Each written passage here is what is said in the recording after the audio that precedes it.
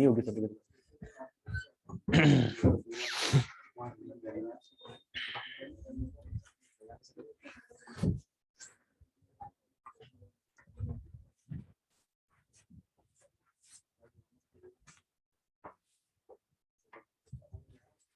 आ गया? हाँ?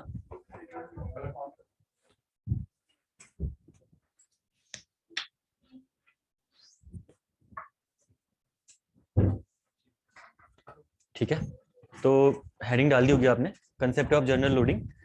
इसमें जरा लिखिएगा, पॉइंट लिखिए, पहला पॉइंट लिखिए इसमें आप लोग।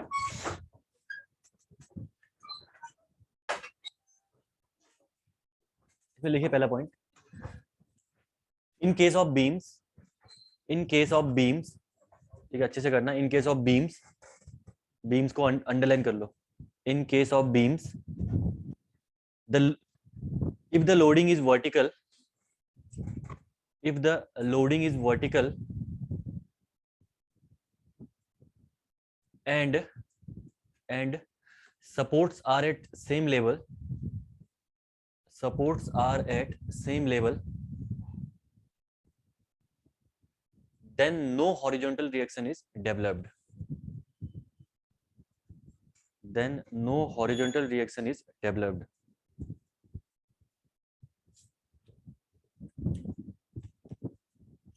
Will develop, okay? तो पढ़ा आपने अच्छे से पढ़ो उसमें, if the beam is vertical, if in case of the beam, if the loading is vertical and the supports are at same level, then no horizontal reaction will develop. दो case हैं, एक तो आपका जनरल लोडिंग का case है जो कि कल आपने डिस्कस किया था, ठीक है? उस केस में आपने क्या डिस्कस किया था, अगर कोई ये बीम है और अगर आपके यहाँ पे किसी एंगल पे अगर आपने लोड अप्लाई कर रखा है, ठीक है, थीटा एंगल पे अगर आपने लोड अप्लाई कर रखा है, तो इस केस में क्या होगा, आपका दो कंपोनेंट जनरेट होंगे जिससे आपका हॉरिजॉन्टल और वर्टिकल दोनों लोड्स यहाँ पे आपके अवेलेबल रहेंगी। यानी रिएक्शन की अगर मैं बात करूँ तो रिएक्शन आपकी यहाँ पे ये वर्टिकल रिएक्शन भी आएगी और ये आपकी हॉरिजॉन्टल रिएक्शन भी यहाँ पे डेवलप होगी, ठीक है? और इसमें एक वर्टिकल रिएक्शन सिर्फ और सिर्फ ये वर्टिकल रिएक्शन इसमें आएगी, तो नंबर ऑफ रिएक्शन यहाँ पे हो गई आपकी 3।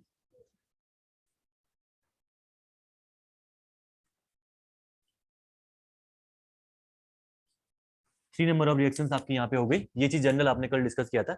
आज ये बात चल रही है वर्टिकल लोडिंग की। अब क्या होगा अगर ये लोड आपका ये आपका लोड इंक्लाइन में ना होकर डायरेक्ट आपका वर्टिकल हो, ठीक है? सेम बीम कंसीडर कर रहा हूं मैं।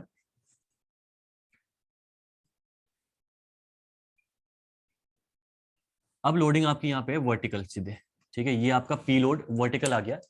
तो इसमें लिखा हुआ है कि अगर आपके सपोर्ट सेम लेवल पे हैं, ऑब्वियसली बात है वो कंफर्म हो रहा है सपोर्ट सेम लेवल पे है, और लोडिंग अगर आपकी वर्टिकल है, तो इस केस में आपका हॉरिजॉन्टल कोई भी लोड आपका नहीं आएगा। इस केस में ऐसा कहना है इस पॉइंट का, ठीक है? अगर आप इसको प्रूव करना है तो इसकी रिएक्शंस निकाल के चेक भी कर सकते हो, हॉरिजॉन्टल लोड यहाँ पे आपका आएगा ही नहीं इस केस में, ठीक है? अगर एसएफडी बीएमडी अगर आप बीम में बनाते हैं तो उस केस में रिएक्शंस आपकी सिर्फ वर्टिकल आती है इस केस में। तो यहाँ पे जो अब रिएक्शंस डेवलप होंगी दैट इज आर वाई, और यहाँ पे भी रिएक्शन आपकी डेवलप होगी दैट इज आर वाई। दो रिएक्शंस आपकी आर वाई यहाँ पे डेवलप होंगी। और अगर मैं बात करूं आर एक्स की, तो ये आर एक्स इक्वल टू जाएगा आपका 0, ठीक है? तो यहाँ पे नंबर ऑफ रिएक्शंस आपकी होगी इस केस में, नंबर ऑफ रिएक्शंस इस केस में होगी आपकी 2, ठीक है? दो रिएक्शंस होगी यहाँ पे। अगर मैं बात करूं यहाँ पे इक्विलिब्रियम इक्वेशंस की, तो इक्विलिब्रियम इक्वेशंस इस केस में कितनी होंगी आपकी 3, इस केस में 3 लगेंगे, 3 लगेंगी आपकी इक्विलिब्रियम इक्वेशन, ठीक है ना? एक तो आपका summation of y equal to 0, summation of x equal to 0, और साथ में summation of moment equal to 0 की भी रिक्वायरमेंट पड़ेगी, तो आप ये सपोर्ट रिएक्शन निकाल नहीं पाओगे, ठीक है ना? तो summation of x equal to 0 यहाँ पे कर देता हूं मैं 3, ये जाएंगी आपकी summation of x equal to 0, summation of y equal to 0, और एक एक्स्ट्रा इक्वेशन की रिक्वायरमेंट पड़ेगी summation of m equal to 0, ठीक है? अब इस केस में जरा देखो यहाँ पे कौन कौन सी इक्विलिब्रियम इक्वेशन की रिक्वायरमेंट है आपको। एक तो summation of y equal to 0, तभी आप क्या कर पाओगे R Y plus R G जो भी रिएक्शन है V A plus V B equal to P कर पाओगे summation of y equal to 0। और दूसरी जो रिएक्शन की रिक्वायरमेंट पड़ेगी वो आपके summation of moment equal to 0। Summation of x equal to 0 की रिक्वायरमेंट है ही नहीं, क्योंकि आपका आर एक्स तो 0 है, ऑब्वियसली बात है। तो compatibility condition sorry equilibrium condition यहाँ पे कितनी बन गई आपकी सिर्फ 2, that is summation of y equal to 0 and summation of m equal to 0, ठीक है? यहाँ पे आप neglect summation of x equal to 0। तो कहीं पे भी बीम हो, वर्टिकल लोड आपको दिख जाए तो ध्यान रखना, सीधे सीधे आपको क्या करना है, जो हॉरिजॉन्टल जो आपकी summation of x equal to 0 है उसको आपको नेग्लेक्ट करके चलना है और रिएक्शन को भी नेग्लेक्ट कर देना साथ में। ठीक है, तो ये कॉन्सेप्ट है आपका पहला कॉन्सेप्ट, केस 1, इसको बनाइए। इसके बाद दूसरा केस लिखाता हूं मैं आपको।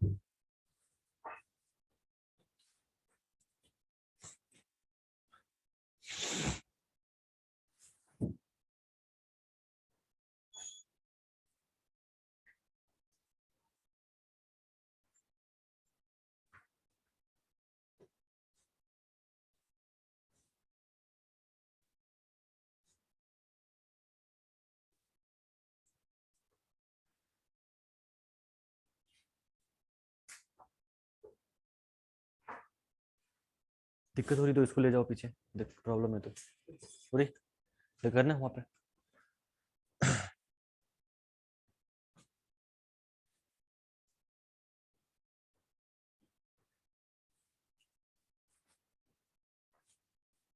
ठीक है, तो ये जनरल लोडिंग्स ध्यान रखना, इन्हीं के बेस पे आपका, अगर आपको ये चीजें क्लियर रहेंगी तो आने वाले टाइम पे आप इजिली डीएस ईएस निकाल पाएंगे, कोई दिक्कत नहीं आएगी आपको। ठीक है, तो जस्ट जनरल लोडिंग और इनके कॉन्सेप्ट ध्यान रखना, एक दो कॉन्सेप्ट और है उनको भी करते हैं। ठीक है, जल्द से करिए इसको।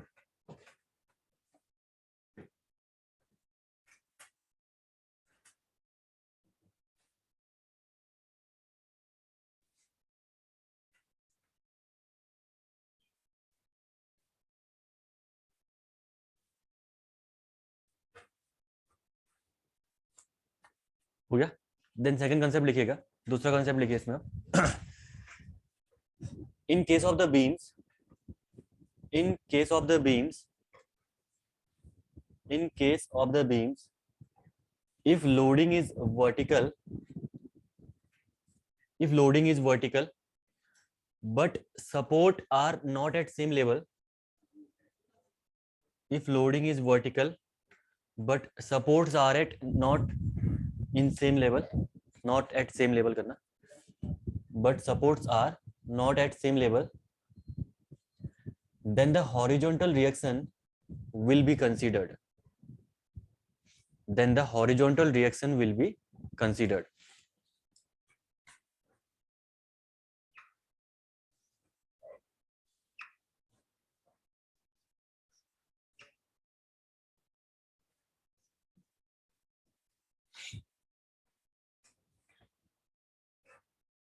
ठीक है, अगला केस आपका ये आता है, देखिए इस केस में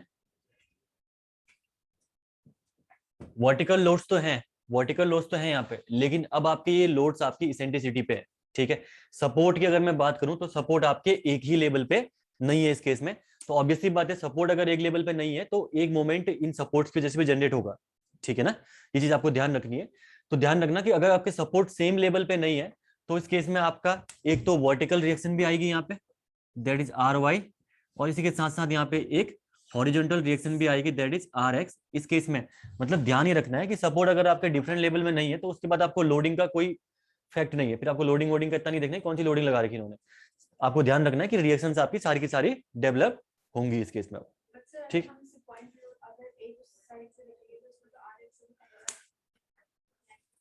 हाँ लेकिन सपोर्ट यहाँ पे डिफरेंट लेवल पे है ना, यहाँ देखिए, दोनों को नहीं, एक को भी कंसीडर करो, आप लोडिंग हटा दो उस साइड की, लो ये लोडिंग हटा दो, कोई फर्क नहीं पड़ता है, तब भी डेवलप होगा, ठीक है ना। अगर आप निकालेंगे इस केस में निकालेंगे तो आपको ये हॉरिजॉन्टल डिस्टेंस भी गिवन रहती है एग्जाम में, जैसे आप ये करोगे ये वर्टिकल डिस्टेंस आपको गिवन होगी, कुछ ना कुछ आपकी डिस्टेंस गिवन होगी। तो होता क्या है, जो एक आपका फोर्स होगा वो आपका इस रिएक्शन की वजह से भी डेवलप होगा, ठीक है, मतलब इसेंट्रिसिटी की वजह से आपकी ये रिएक्शन भी आएगी और ये रिएक्शन भी आएगी। इससे पहले क्या था, इससे पहले आप क्या कर पा रहे थे, जैसे वर्टिकल लोडिंग का केस था, तो ध्यान से देखना, वर्टिकल लोडिंग का केस अगर ये वर्टिकल लोडिंग है तो आप क्या कर पा रहे थे, फोर्स इंटू परपेंडिकुलर डिस्टेंस, मतलब एक फोर्स था और परपेंडिकुलर डिस्टेंस आपकी एक ही थी, जिसकी वजह से आपका सिर्फ और सिर्फ वर्टिकल फोर्स निकले। अब आपके क्या हो जा रहे हैं, फोर्स इंटू परपेंडिकुलर तो है ही है, लेकिन फोर्स इंटू परपेंडिकुलर ये वाली डिस्टेंस भी है, ठीक है ना, जिसकी वजह से आपके क्या होगा, दो मोमेंट की इक्वेशंस लगेंगी आपके यहाँ पे, एक तो आर वाई के बेस पे मोमेंट लग रही है और आर एक्स के बेस पे भी, तो यहाँ पे आपकी हॉरिजॉन्टल रिएक्शन डेवलप होगी ही होगी। रोलर सपोर्ट में एक इसलिए करी क्योंकि रोलर सपोर्ट में हॉरिजॉन्टल रिएक्शन आपकी डेवलप नहीं होगी इस केस में, ठीक है। तो ध्यान रखना, कभी भी सपोर्ट्स अगर आपके सेम लेवल पे नहीं है तो उस केस में आपका हॉरिजॉन्टल और वर्टिकल दोनों की दोनों रिएक्शन डेवलप होंगी।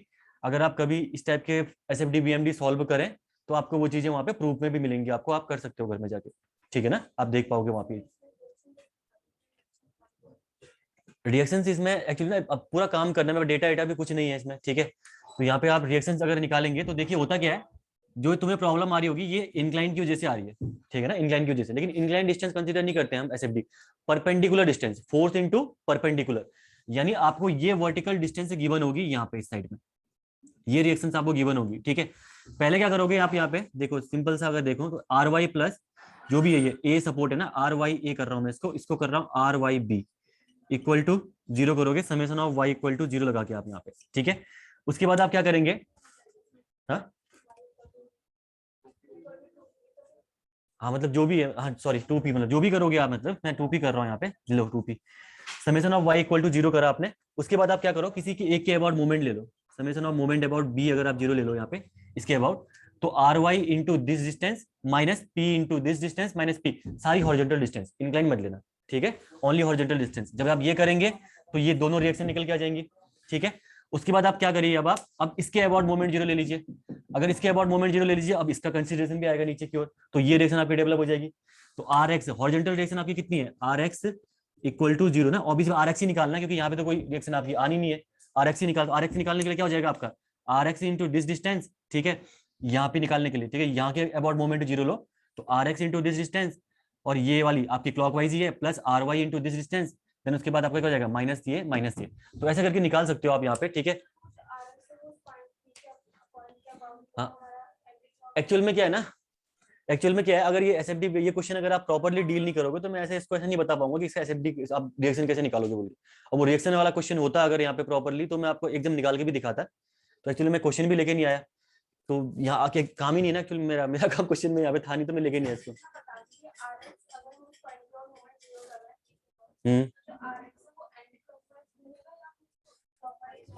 लेफ्ट से चलोगे, फोर्स की जो डायरेक्शन है वो आप वही लेके कंसीडर करके चलना, अगर एंटी क्लॉकवाइज घुमाना होगा तो आपकी वो वैल्यू नेगेटिव आ जाएगी, ठीक है।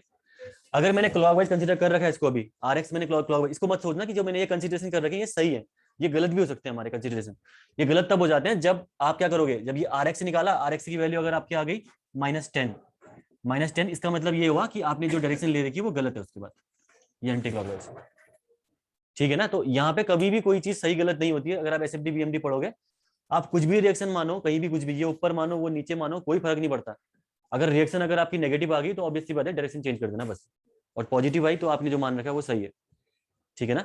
अब वो इक्वेशन पूरी लगा के आपको सॉल्व करना पड़ेगा, रिएक्शन आपकी ये तो निकालना पड़ेगा आपको, आप घर में बस टाइप क्वेश्चन देखना, बुक्स में मिल जाएंगे आपको इस टाइप के, ठीक है ना। रिएक्शंस निकालना, एसएफडी बीएमडी इनकी ड्रॉ करना, एक बार देखना आप यहाँ पे पूरा, ठीक है। इसको कर लीजिए। तो यहाँ पे आपका कंपैटिबिलिटी कंडीशंस क्या क्या लगेंगे, अब आपकी कंपैटिबिलिटी कह रहा हूँ बार बार, मेरे मुंह से कंपैटिबिलिटी निकल रहा है, दैट इज ये हो गया आपका आर एक्स, तो यहाँ पे आपका नंबर ऑफ रिएक्शंस आपकी कितनी होगी, नंबर ऑफ रिएक्शंस आपकी हो गई यहाँ पे 3, और साथ में आपकी इक्विलिब्रियम इक्वेशंस की अगर मैं बात करूं,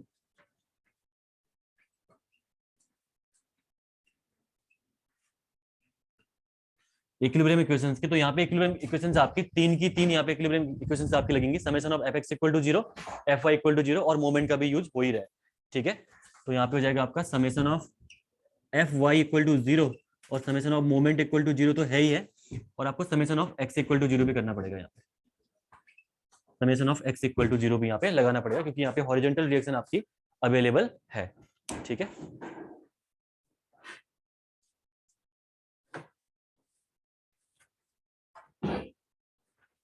क्लियर है सबको?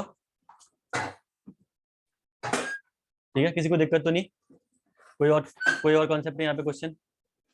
ठीक है, अब रिएक्शन निकालना एक बार खुद ही देखना है, क्योंकि ना रिएक्शन में अभी एसएफडी का टॉपिक नहीं है, तो मैं डायरेक्टली आपको वैसे नहीं बता पाऊंगा, ठीक है। एक बार उस टॉपिक को आपको पर्सनली देखना पड़ेगा, डील करना पड़ेगा। अगर प्रॉब्लम आएगी तो पर्टिकुलरली आप वो क्वेश्चन लेके मेरे पास आना, मैं बस समझा दूंगा प्रॉपर्ली, जिसको भी दिक्कत आ रही होगी इस टाइप के रिएक्शंस निकालने में, ठीक है ना।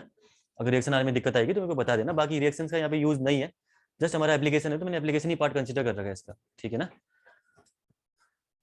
ये हो गया दूसरा पॉइंट। थर्ड पॉइंट लिखिए इसके बाद आप लोग। हाँ, आर आर वाई आपका बेंडिंग मोमेंट दे रहा है, आर एक्स भी आपका बेंडिंग, दोनों की बेंडिंग एक्सिस अलग अलग है ना, इसकी बेंडिंग एक्सिस आपकी यहाँ है, इसकी बेंडिंग एक्सिस नीचे की ओर है, ठीक है। अगर ट्विस्टिंग मोमेंट होता तो ट्विस्टिंग मोमेंट आपका यहाँ पे लगा कैसे देते, फिर फोर्स इनटू परपेंडिकुलर डिस्टेंस ना, जहां पे भी फोर्स और perpendicular distance always a bending moment, ठीक है। ध्यान नहीं रखना आपको, परपेंडिकुलर डिस्टेंस मतलब आपका बेंडिंग मोमेंट का डेफिनेशन ही प्रॉपर, कभी भी कहीं पे प्रॉब्लम आती है तो बेसिक पे जाओ सबसे पहले, कि बेसिक डेफिनेशन क्या होती है। तो बेंडिंग मोमेंट की डेफिनेशन क्या होती है? फोर्स इनटू परपेंडिकुलर डिस्टेंस, जहां पे भी ये आ रहा है इसका मतलब बेंडिंग मोमेंट है। कल जो लेटरल और लॉन्गिट्यूडनल समझाया था वो तो मैंने वहां पे कैसे डेवलप हो रहे हैं 3D में समझा दिया मैंने आपको, लेकिन अगर 2D में जैसे हमारे यहाँ पे एनालिसिस में समझ रही है, सोम में अगर आपको प्रॉब्लम आ रही है तो ध्यान रखना फोर्स और परपेंडिकुलर डिस्टेंस, ये इंक्लिनेशन से भी मतलब नहीं है। कभी कभी प्रॉब्लम अभी आपको जैसे आई कि इंक्लिनेशन में कैसे करेंगे, तो डिस्टेंस कई लोग क्या करते हैं, ये जोड़ देंगे और ये कर देंगे, उसके बाद ये नहीं होता है, ओनली परपेंडिकुलर डिस्टेंस, यानी ये डिस्टेंस आपको कंसीडर करनी है। सिमिलर वे यहाँ पे भी ये डिस्टेंस और यहाँ पे भी ये डिस्टेंस कंसीडर करनी है, और अगर फोर्स इंटू परपेंडिकुलर डिस्टेंस आ गया इसका मतलब यहाँ पे बेंडिंग मोमेंट है, सिंपल से बात, ठीक है। गेट में इस टाइप के क्वेश्चन वो पूछ देता है, इंक्लिनेशन मतलब सिंपल, एक तो बीम आती है, दूसरा वो क्या करता है कि आपको कंफ्यूज करने के लिए एकदम इंक्लाइन मेंबर दे देगा, और वर्टिकल डिस्टेंस भी दे रखी होगी उसने, आप क्वेश्चन देखना कभी गेट में एसएफटी बीएमडी के, वहां पे वो करके दे देगा आपको, बोलेगा इसकी निकालिए। अब इंक्लाइन डिस्टेंस भी देता है तो स्टूडेंट कंफ्यूज हो जाता है कि यार लगाऊं क्या यहाँ पे, ठीक है। तो बस बेसिक डेफिनेशन चेंज कहीं नहीं होने वाली, ये चीज आपको ध्यान रखनी है।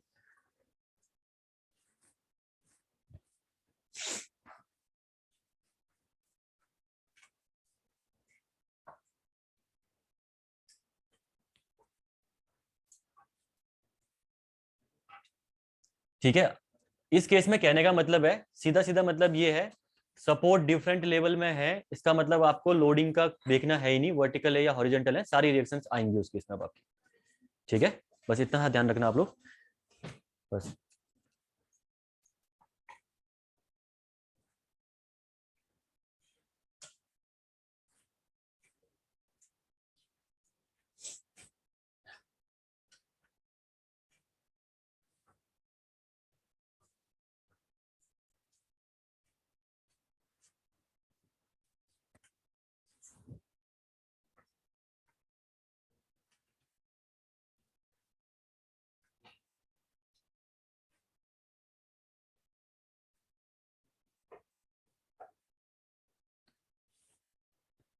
ठीक है, तो इक्विलिब्रियम कंडीशन एक चीज आप समझ रहे होंगे यहाँ पे, कि वो इक्विलिब्रियम कंडीशंस हम कंसीडर कर रहे हैं जिनकी हमें मस्ट रिक्वायरमेंट है, जिनके बिना हमारा काम नहीं चल रहा। अब वहां पे आर एक्स इक्वल टू 0 इस वाले केस में, जैसे यहाँ पे तो दूसरा करेगा, या R X equal to 0, R X equal to 0 तक इसकी रिक्वायरमेंट है ही नहीं, तो इक्विलिब्रियम कंडीशन से हम इसको हटा दिया, ठीक है। तो ध्यान रखना, जो एकदम मस्ट है हमारे लिए रिक्वायरमेंट है, वही हम कंसिडर कर रहे हैं एज अ इक्विलिब्रियम कंडीशन, ठीक है। तो अगर वो चीजें अगर बिल्कुल नहीं बैठी तब भी आप यहाँ से ये चीजें कंसेप्ट ध्यान रखना, इनके बिना इसके बेसिस पे काम चल जाएगा हमारे स्ट्रक्चर में, ठीक है। बाकी उसका पार्ट आप सोम में एक बार अच्छे से देखना, एसएफडी बीएमडी में। अगला कुछ लिखिएगा इसमें पॉइंट, थर्ड पॉइंट लिखिए, इन केस ऑफ बीम्स और frames, in case of beams और frames, sorry, in case of frames and trusses, in case of frames and trusses,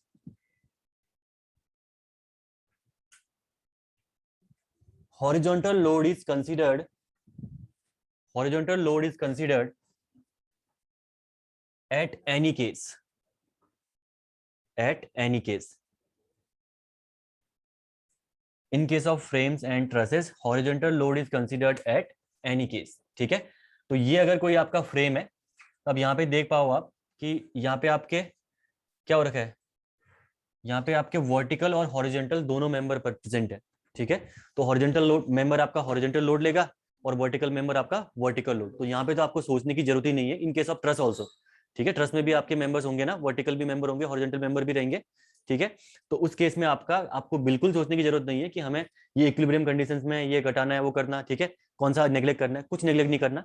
आपकी रिएक्शन यहाँ पे 3 के 3 डेवलप होंगी, ये भी डेवलप होगी, ये भी डेवलप होगी, ये भी डेवलप होगी, इन इस केस में ये भी डेवलप होगी। तो यहाँ पे जो इक्विलिब्रियम कंडीशंस आपकी लगेंगी, summation of x equal to 0, summation of y equal to 0, summation of moment equal to 0। तो ये 3 कंडीशंस आपकी इक्विलिब्रियम यहाँ पे यूज होंगी in any case irrespective of the loading. ठीक है, कुछ भी लोडिंग लगाए आपके ये 3 के 3 की रिक्वायरमेंट आपकी यहाँ पे पड़ने वाली है इन केस ऑफ द फ्रेम। ठीक है, तो ये चीज आपको ध्यान रखनी है। थर्ड पॉइंट आपका, तो फर्स्ट पॉइंट आपने पढ़ा, अगर आपका वर्टिकल लोडिंग है तो यानी बीम के ऊपर अगर आपकी वर्टिकल लोडिंग है तो हॉरिजॉन्टल जो आपकी इक्विलिब्रियम कंडीशन होगी उसको हम लोग नेग्लेक्ट करके चलेंगे।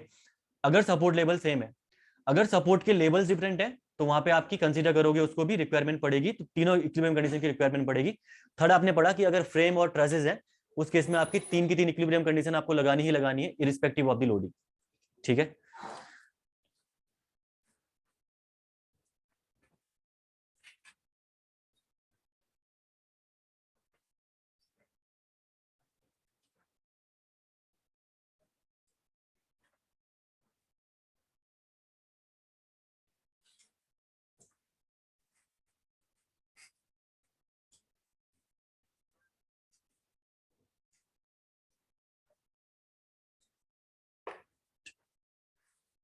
ठीक है, इससे पहले वाले केस में अगर हॉरिजॉन्टल लोड होता तो डिरेक्शन निकलती आपकी। इससे पहले वाले केस में अगर लोडिंग कंडीशन मेरी ये होती, ठीक है, इस टाइप से लोडिंग कंडीशन होती है अगर, तब फिर क्या करते हैं आप लोग, ये लोडिंग कंडीशन होती तो अगर बीम से वैसे हॉरिजॉन्टल लोड, हाँ वर्टिकल नेगलेक्ट करते हैं, इसमें रिएक्शन नहीं आएगी आपकी, आएगी भाई, इसमें रिएक्शन कैसे नहीं आएगी। देखो summation of x equal to 0 करोगे अगर आप, तब तो हॉरिजॉन्टल डायरेक्शन तो यहीं से निकल गई आपकी इस केस में। अगर एक लोडिंग है यहाँ पे, summation of x equal to 0 किया तो आपकी जो भी रिएक्शन आपकी आ रही, एक ही हॉरिजॉन्टल डायरेक्शन ना, यहाँ तो आ नहीं रही, तो यही इक्वल हो जाएगी हॉरिजॉन्टल के, ये तो आपका निकल गई समेशन ऑफ x से। उसके बाद आपको क्या करना पड़ेगा, summation of y equal to 0 करोगे तो ये प्लस ये इक्वल टू 0 हो जाएगा ना, va plus vb equal to 0 हो जाएगा। ठीक है, उसके बाद आप क्या करिए, moment about b equal to 0 करिए। जब moment about b equal to 0 करेंगे तो देखिए ये V A into distance total अगर एल है, ठीक है, प्लस ये आपका क्या है, ये प्लस में ही है, क्लॉकवाइज ही आ रहा है। ठीक है, लोडिंग हमने ये लगा रखी है क्लॉकवाइज आपका, तो we A into L into जो भी लोड है यहाँ पे आपका, ये पी अगर लोड है ये, तो पी इंटू अगर बॉटम की ये डिस्टेंस आपकी एक्स है, P into X equal to 0, तो वी ए की वैल्यू आ रही है ना कुछ ना कुछ, पी एक्स अपॉन एल करके कुछ ना कुछ वैल्यू आ रही है। तो इसका मतलब क्या है कि यहाँ पे भी इरिस्पेक्टिव ऑफ द लोडिंग आपकी summation of X equal to 0, Y equal to 0 and M equal to 0 आपको लगाना ही लगाना है। ठीक है, तो इस केस में भी आपकी, इससे पहले वाले केस में और लास्ट वाले केस में, दोनों केसेस में हॉरिजॉन्टल रिएक्शन, हाँ जो भी कंसीडर करना है, ये हॉरिजॉन्टल रिएक्शन जो आ गई इसकी वजह से भी मूवमेंट कर लो कंसीडर आप, ये भी क्लॉकवाइज ही जा रहा, पी प्लस कितना हो गया आपका एक्स। ठीक है, तो एक ही बात है, जो हॉरिजॉन्टल रिएक्शन भी आपकी जो होगी इसकी वजह से जो आएगा वो भी कंसीडर कर लेना आप लोग, कोई दिक्कत नहीं है। ठीक है, लेकिन मैं जस्ट समझाना चाह रहा हूँ अभी आपको कि यहाँ पे आपका ये क्या करके आ रहा, यहाँ पे आपकी तीनों इक्विलिब्रियम कंडीशंस आपको लगाने की रिक्वायरमेंट पड़ेगी। जस्ट इतना बेसिक समझा रहा हूँ मैं आपको अभी, क्योंकि स्टैंडर्ड क्वेश्चन तो है नहीं, तो यहाँ पे जस्ट मैं बता रहा हूँ कि तीनों इक्विलिब्रियम कंडीशंस की यहाँ पे भी रिक्वायरमेंट पड़ेगी आपको। तो यहाँ पे भी आप summation of X equal to 0, Y equal to 0 and summation of moment equal to 0, Z moment equal to 0 आप कंसीडर करेंगे। ठीक है ना, तो ये चीजें आपकी कंसेप्ट क्लियर है आप इतने, किसी को दिक्कत यहाँ पे। रिएक्शंस का मैंने जस्ट समझाने के लिए बता रखा क्या यूज है इनका। ठीक है, जस्ट इनको भूल जाओ, बस ध्यान रखना कि ये चीजें जो कॉन्सेप्ट लिखे हुए हैं कॉपी में आपके, ये इंपॉर्टेंट है।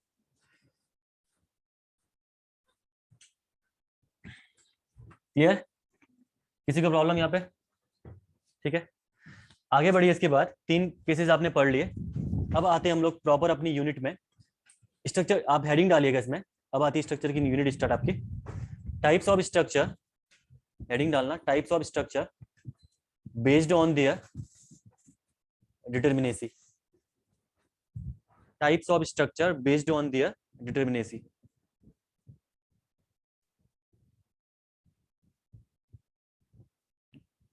Types of structure based on their determinacy.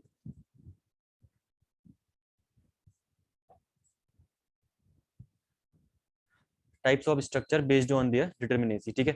तो एक साइड लिखना आप लोग डिटर्मिनेट स्ट्रक्चर, एक साइड लिखना आप लोग डिटर्मिनेट स्ट्रक्चर, और एक साइड लिखना इनडिटर्मिनेट स्ट्रक्चर। डिटर्मिनेट स्ट्रक्चर और इनडिटर्मिनेट स्ट्रक्चर, ठीक है। Determinate structure and indeterminate structure.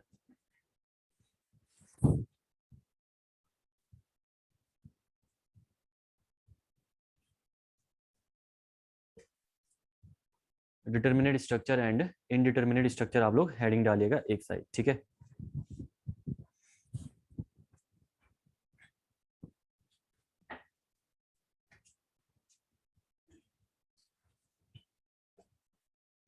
तो हेडिंग अगर डालिएगा डिटर्मिनेट इंडिटरमिनेट, तो यहाँ पे डिटर्मिनेट के अंदर लिखिएगा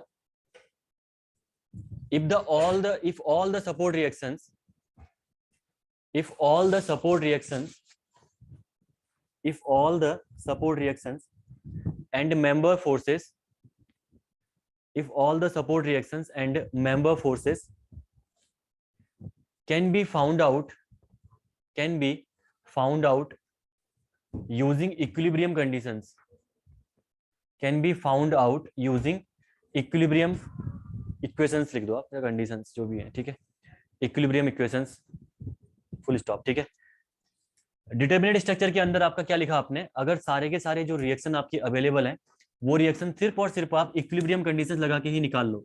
summation of x equal to 0, summation of y equal to 0, summation of moment equal to 0। अगर इन तीनों का यूज करके ही आप सारी की सारी अगर क्या निकाल दो, इक्वेशंस निकाल पाओ, उस स्ट्रक्चर को हम लोग बोलते हैं डिटर्मिनेट स्ट्रक्चर। अगर इसका बेस्ट एग्जांपल अगर आप समझो तो ये वाली कंडीशन देखो, जहां पे आपकी ये आपका कोई डिटर्मिनेट स्ट्रक्चर है। अगर यहाँ पे आप देखोगे इस बीम में, तो तीन ही कंडीशन की रिक्वायरमेंट से, दो ही के ही उससे हो जाएगा इसमें काम, और आपकी सारी सारी रिएक्शन आप निकाल सकते हो। ये डिटर्मिनेट स्ट्रक्चर है, ऑब्वियसली बात है, ठीक है। अभी देखोगे आप इसको, डिटर्मिनेट कैसे निकलती है, ठीक है। ये डिटर्मिनेट स्ट्रक्चर है आपका, और यहाँ पे आपकी तीन कंडीशन से ही आपका क्या हो जाएगा, काम बन जाएगा रिएक्शन निकालने के लिए, ठीक है। अब होता क्या है, इनडिटर्मिनेट क्या होता है, इनडिटर्मिनेट स्ट्रक्चर के अंदर क्या होता है आपका कि इक्विलिब्रियम कंडीशंस आपकी सफिशिएंट नहीं होती है रिएक्शंस निकालने के लिए, ठीक है। वहां पे हमें कंपैटिबल कंडीशंस की रिक्वायरमेंट पड़ती है, कंपैटिबिलिटी कंडीशन जिसको हम लोग बोलते हैं। कल मैंने डिस्कस किया था ना कि जैसे आपका फिक्स सपोर्ट है, फिक्स सपोर्ट में आपका डेल्टा इक्वल टू 0 होता है, डिस्प्लेसमेंट 0, साथ में स्लोप भी 0। तो दो कंपैटिबल कंडीशंस आपकी कहां होती है, फिक्स सपोर्ट के अंदर। वैसे ही अगर मैं बात करूं हिंज सपोर्ट की, तो हिंज सपोर्ट में आपका क्या होता है, डेल्टा इक्वल टू 0, डिस्प्लेसमेंट 0 होता है, हाँ डिस्प्लेसमेंट 0 होता है, और आपका मोमेंट है आपका वहां पे 0 जो भी है, ठीक है। तो कंपैटिबल मोमेंट 0 तो आपका इक्विलिब्रियम कंडीशन हो गई ना। स्लोप कभी भी ध्यान रखना, कंपैटिबिलिटी जो आपकी कंडीशन लगती है ना, वो स्लोप और डिफ्लेक्शन के टर्म में लगती है, बस इतना ध्यान रखना। हमेशा ध्यान रखना जहां पे भी delta equal to 0, theta equal to 0, यानी डिफ्लेक्शन और स्लोप की वैल्यू को 0 करेगा, तो ये कहलाती है आपकी कंपैटिबिलिटी कंडीशन, ठीक है। और summation of x equal to 0, y equal to 0, summation of moment equal to 0 अगर आप देखोगे तो ये कहलाएंगे आपकी आपकी इक्विलिब्रियम कंडीशन, ठीक है। तो अगर इनडिटर्मिनेट स्ट्रक्चर है आपका, तो इनडिटर्मिनेट स्ट्रक्चर में क्या होगा आपका, ये तो रिक्वायरमेंट होगी, साथ में इन कंपैटिबिलिटी कंडीशंस की रिक्वायरमेंट भी पड़ेगी। इनके बिना आप कोई भी रिएक्शन उसमें नहीं निकाल पाएंगे, ठीक है। ये आपको ध्यान रखना है। तभी देखना, कभी आपने पढ़ा होगा इससे पहले, अगर सोम में डिफ्लेक्शन की यूनिट अगर आपने पढ़ी होती, तो वहां पे आप देखते इन चीजों को कि डबल इंटीग्रेशन मेथड आप सॉल्व करते हैं चीजें निकालने के लिए, डिफ्लेक्शन निकालने के लिए। तो विदाउट कंपेटिबिलिटी कंडीशन आप वहां पे काम नहीं कर सकते हो, क्योंकि इंडिटरमिनेट स्ट्रक्चर में इनकी रिक्वायरमेंट पड़ ही जाती है, ठीक है। आने वाले टाइम पे अगर आप देखोगे, अगर मैं मोमेंट 3 मोमेंट इक्वेशन अगर मैं आपको जस्ट कर रहा हूँ थोड़ा सा समझाने के लिए, तो वहां पे मैं दिखा भी दूंगा जो इनकी इक्वेशन है, उन्होंने वो पूरी की पूरी चीजें कंसीडर कर रखी, ठीक है। तो ध्यान रखना ये चीजें। इंडिटरमिनेट के अंदर लिखिए, उसके बाद इंडिटरमिनेट के अंदर लिखिए, if all support reaction, if all support reaction, if all support reaction can't found out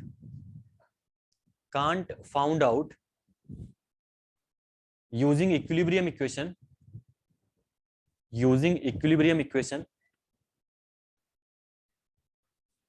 then structure called as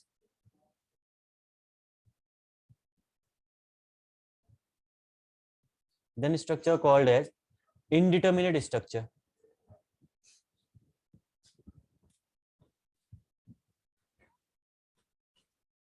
then structure called as indeterminate structure.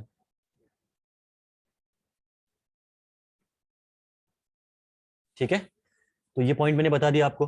अगला पॉइंट जरा इस पे लिखिएगा, इसके बाद डिटरमिनेट के अंदर लिखिएगा नेक्स्ट पॉइंट। अब to analyse determinate structure, to analyse determinate structure, to analyse determinate structure,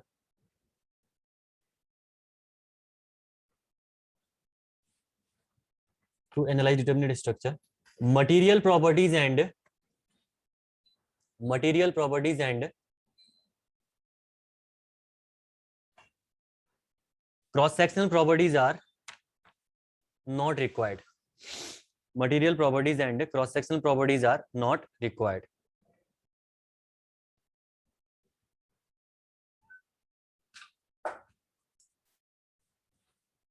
material properties and cross sectional properties are not required. ठीक है, अगर आप किसी भी डिटरमिनेट स्ट्रक्चर को, इस वाले स्ट्रक्चर को एनालाइज करोगे तो ऑब्वियस सी बात है, कभी सुना आपने मटीरियल प्रॉपर्टीज क्या होती हैं आपकी? मटीरियल प्रॉपर्टीज हो सकती हैं आपकी जैसे ई हो सकता है आपका, जी हो सकता है आपका, म्यू हो सकता है, ठीक है, के पता होगा ना, नोटेशन का मतलब तो पता ही होगा आपको, bulk modulus, Poisson ratio, shear rigidity और आपका मॉडुलस ऑफ रिजिडिटी, इलास्टिसिटी। ठीक है, तो ये मटेरियल प्रॉपर्टीज की रिक्वायरमेंट कहाँ पड़ती है? अगर आपको ऐसे मैं बोलूँ आपकी इसकी एसएफडी बीएमडी बनाइए तो आराम से बना लोगे आप, इनकी रिक्वायरमेंट के बिना ही। साथ में ना क्रॉस सेक्शनल एरिया की रिक्वायरमेंट भी नहीं पड़ती है। ठीक है, यानी क्रॉस सेक्शनल प्रॉपर्टीज एरिया हो गया या ये मूवमेंट ऑफ इनर्शिया हो गया, इनकी रिक्वायरमेंट पड़ती ही का है। ठीक है, तो कभी भी अगर आप डिटरमिनेट स्ट्रक्चर को एनालाइज करोगे तो इनकी रिक्वायरमेंट आपकी कभी भी नहीं पड़ेगी। ठीक है, लेकिन अगर मैं बात करूँ, इसको बंद कर दूं मैं, ध्यान भटक रहा है, कर दूं? नहीं कह रहे पीछे, अगर दिक्कत होगी खोल दूंगा मैं। ठीक है, आप बता देना जस्ट कि सफोकेशन हो रही है, मैं खोल दूंगा इसको। ठीक है, एक्चुअली क्या हो रहा है ना, यहाँ से जा रहे हैं आ रहे हैं तो मैं क्या बोल रहा हूँ कभी कभी खुद को पता नहीं चल रहा कि मैंने क्या बोल दिया। जस्ट यहाँ पे फोकस होना चाहिए क्लास में। तो यहाँ देखिए,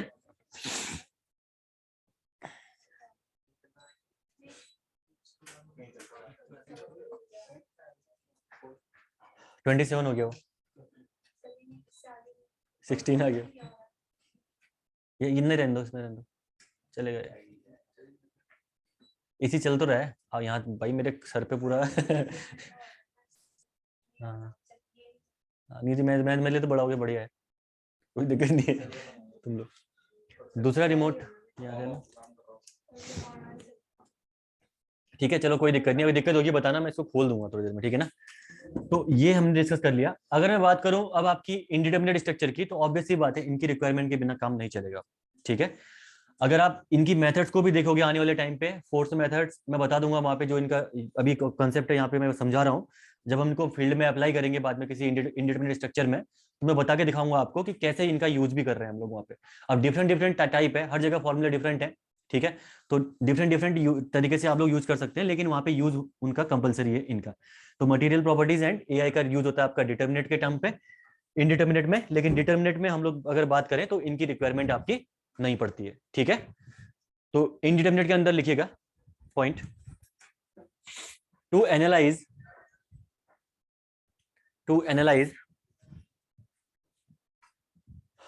we need additional equations. Indeterminate के अंदर, टू एनालाइज, इंडिटरमिनेट के अंदर लिखना आपको, डिटरमिनेट में नहीं। To analyse we need additional equations, आप उल्टे उसमें लिख रहे हैं, इंडिटरमिनेट बगल में, बगल, अच्छा उल्टा कर रखा आपने, ठीक। To analyse we need additional equation known as compatibility equation, underline करना, compatibility equation in the form of slope and deflection, in the form of slope and deflection, in the form of slope and deflection। ठीक है, तो compatibility और equilibrium conditions के अंदर थोड़ा सा difference समझ जाना क्या होते हैं दोनों। ठीक है ना, तो compatibility and equation in the form of slope and deflection. ठीक है, इसके बाद इसी इंडिटरमिनेट के अंदर ही लिखना, एक पॉइंट नीचे, इंडिटरमिनेट के नीचे ही लिखना, E comma G, capital E comma G and A comma I required. समझ गए ना, material properties and cross sectional properties are required. ठीक ठीक है। उसके बाद डिटर्मिनेंट में लास्ट पढ़ना, लिखना पॉइंट, और वो आपको पता है कि कभी भी देखना डिटर्मिनेंट स्ट्रक्चर में कभी भी टेम्परेचर का इफेक्ट कुछ नहीं पड़ता है, ठीक है, क्योंकि यहाँ पे आपने ये रोलर सपोर्ट लगा रखा है, तो रोलर सपोर्ट अगर टेम्परेचर की वजह से ये एक्सपेंशन आता है या कॉन्ट्रैक्शन आता है तो ये मूव कर जाएगा लेफ्ट राइट, ठीक है। तो टेम्परेचर का इफेक्ट यहाँ पे कभी भी नहीं पड़ता है, लेकिन इंडिटरमिनेट स्ट्रक्चर में पड़ेगा टेम्परेचर का इफेक्ट, ठीक है। वहां टेम्परेचर की वजह से कोई ना कोई रिएक्शन आपकी डेवलप हो सकती है। इनका इफेक्ट जैसे आप लोग कहाँ पढ़ते हैं, अगर आप पढ़ेंगे 3 हिंज पैराबोलिक आर्च, जब आप पढ़ते हैं वहां पे टेम्परेचर का इफेक्ट, टेम्परेचर होगा तो आर्च आपका राइज होगा या आर्च आपका कॉन्ट्रैक्ट होगा। Similar way 2 inch parabolic arch में भी इनका इफेक्ट हम लोग डिस्कस करते हैं प्रॉपर्ली, ठीक है। तो जन इसमें लिखिएगा, इसमें डिटरमिनेंट में लिखिएगा, thermal stresses due to temperature change, thermal stresses due to temperature change are not developed. Thermal stresses due to temperature change are not developed. ठीक है। और अगले वाले में लिख लीजिए, स्ट्रक्चर विल बी इसमें ना stress will be developed due to temperature change, stress will be developed due to temperature change.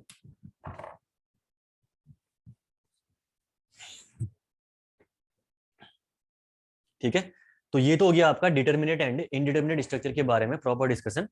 अब हम आगे बढ़ते हैं, पॉइंट ध्यान रखना, ऑब्जेक्टिव में ये पॉइंट उठा के स्टेटमेंट वाइज पूछ सकता है कुछ भी, तो क्लियरिटी रखोगे तो आपके एग्जाम में ये चीजें काम आएंगी, ठीक है ना। ये हो गया आपका डिटर्मिनेट एंड इनडिटर्मिनेट। अब आते हैं इनडिटर्मिनेसी प्रॉपरली, ठीक है। हेडिंग डालिएगा इसमें इनडिटर्मिनेसी सेंटर में।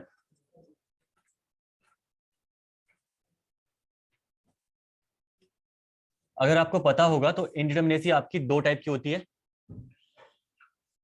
कौन कौन सी? एक तो होती है आपकी स्टैटिक इंडिटर्मिनेसी और दूसरी काइनेमेटिक इंडिटर्मिनेसी, ठीक है। एक तो हो गई आपकी स्टैटिक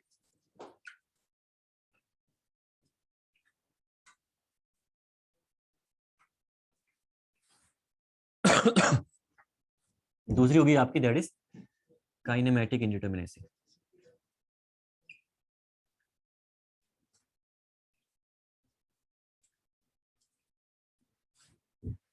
ठीक है। अब स्टैटिक भी दो टाइप की होती है, वो थोड़ी देर में डिस्कस करेंगे, लेकिन पहले जस्ट डिस्कस करते हैं कि स्टैटिक और काइनेमेटिक में डिफरेंस क्या है, ठीक है।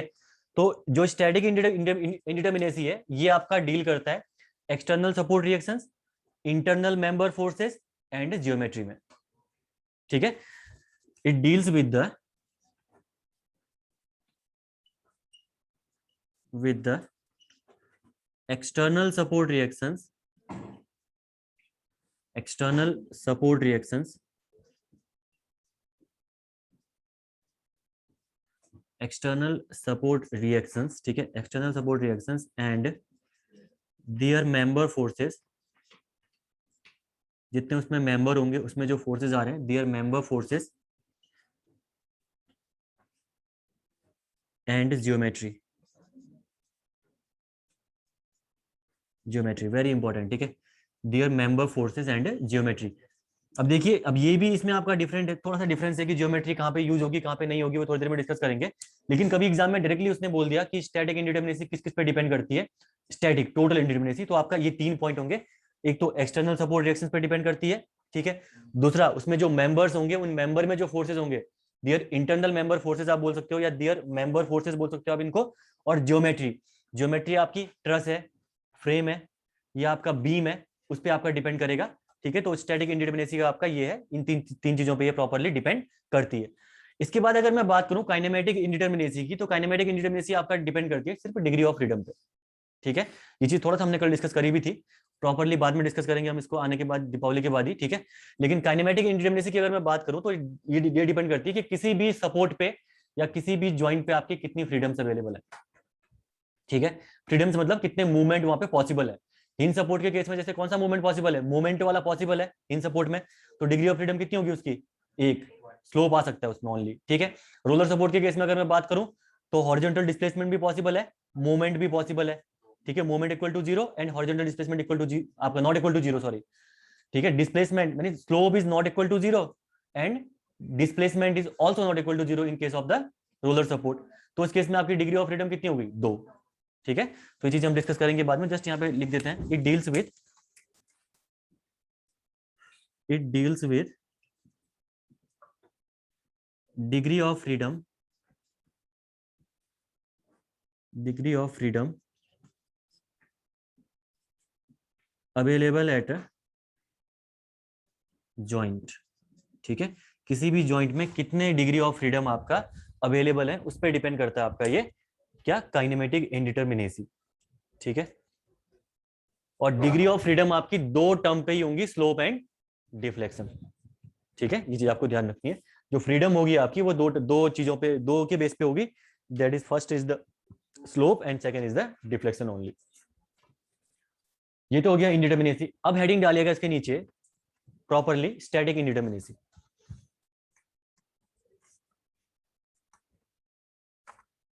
स्टैटिक इंडिटर्मिनेसी, ठीक है, हेडिंग डालिएगा स्टैटिक इंडिटर्मिनेसी। ठीक है, आपकी नेक्स्ट है दैट इज स्टैटिक इंडिटर्मिनेसी।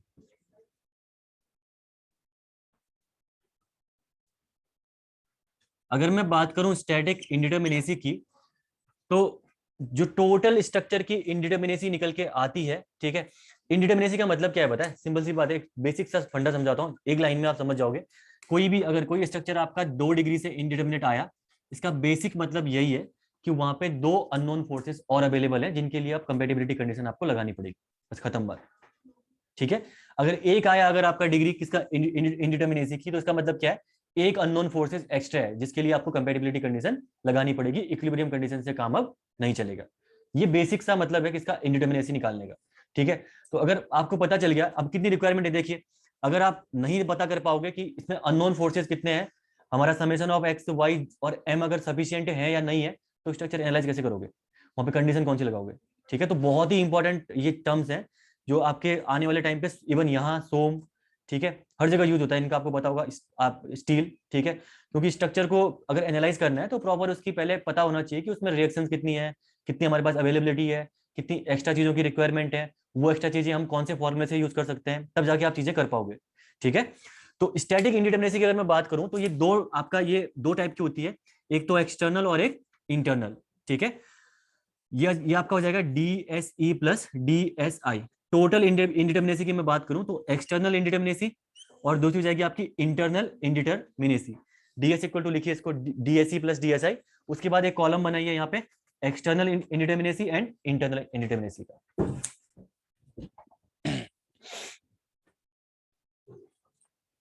ठीक है, अब यहाँ पे भी एक्सटर्नल और इंटरनल में अब हम इसको डिफाइन करेंगे कि कौन जियोमेट्री पे डिपेंड करेगा कौन नहीं करेगा, ये हम यहाँ पे डिफाइन करेंगे। ठीक है, एक साइड लिखना एक्सटर्नल और दूसरी साइड लिखना internal indeterminacy.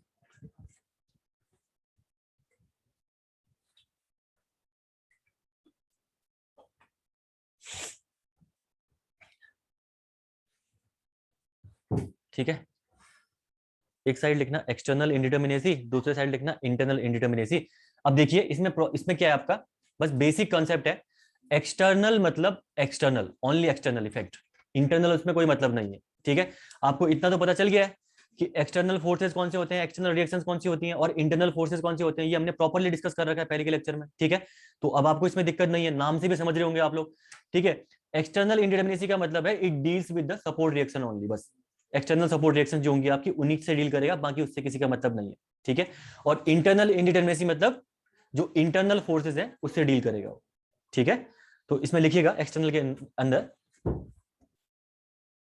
Based on support reactions only, based on support reactions only. ठीक है, कुछ भी चीज याद करने की जरूरत नहीं है, सब में कॉन्सेप्ट है अपने आप में।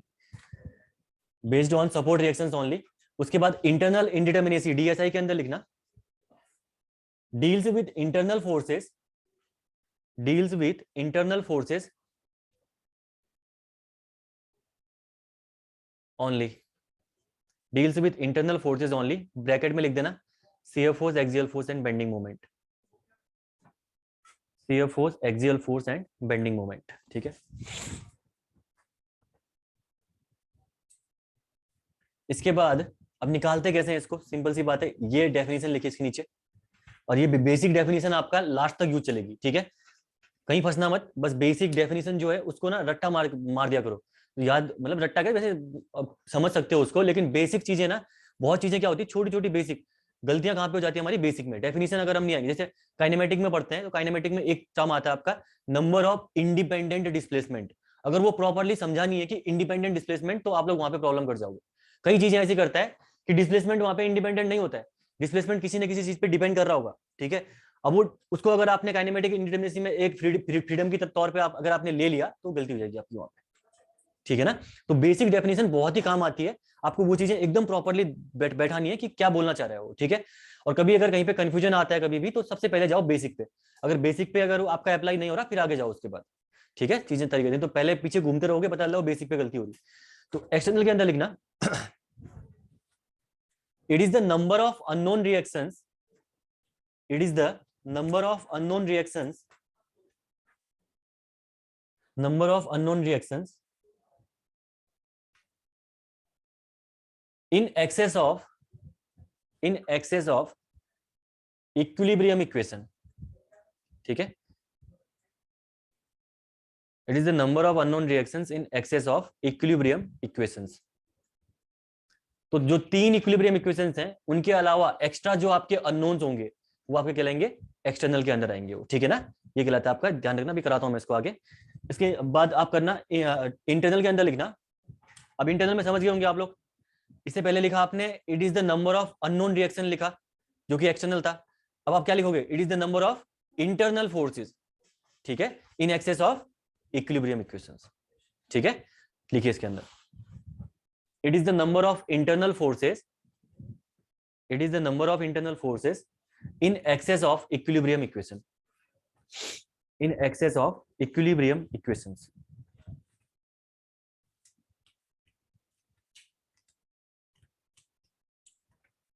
in excess of equilibrium equation, ठीक है। तो सबसे पहला एक्सटर्नल इंडिटरमिनेसी में हम लोग डिस्कस करने वाले हैं। सबसे पहले एक्सटर्नल ही पढ़ेंगे, इंटरनल बाद में, ठीक है। एक्सटर्नल इंडिटरमिनेसी,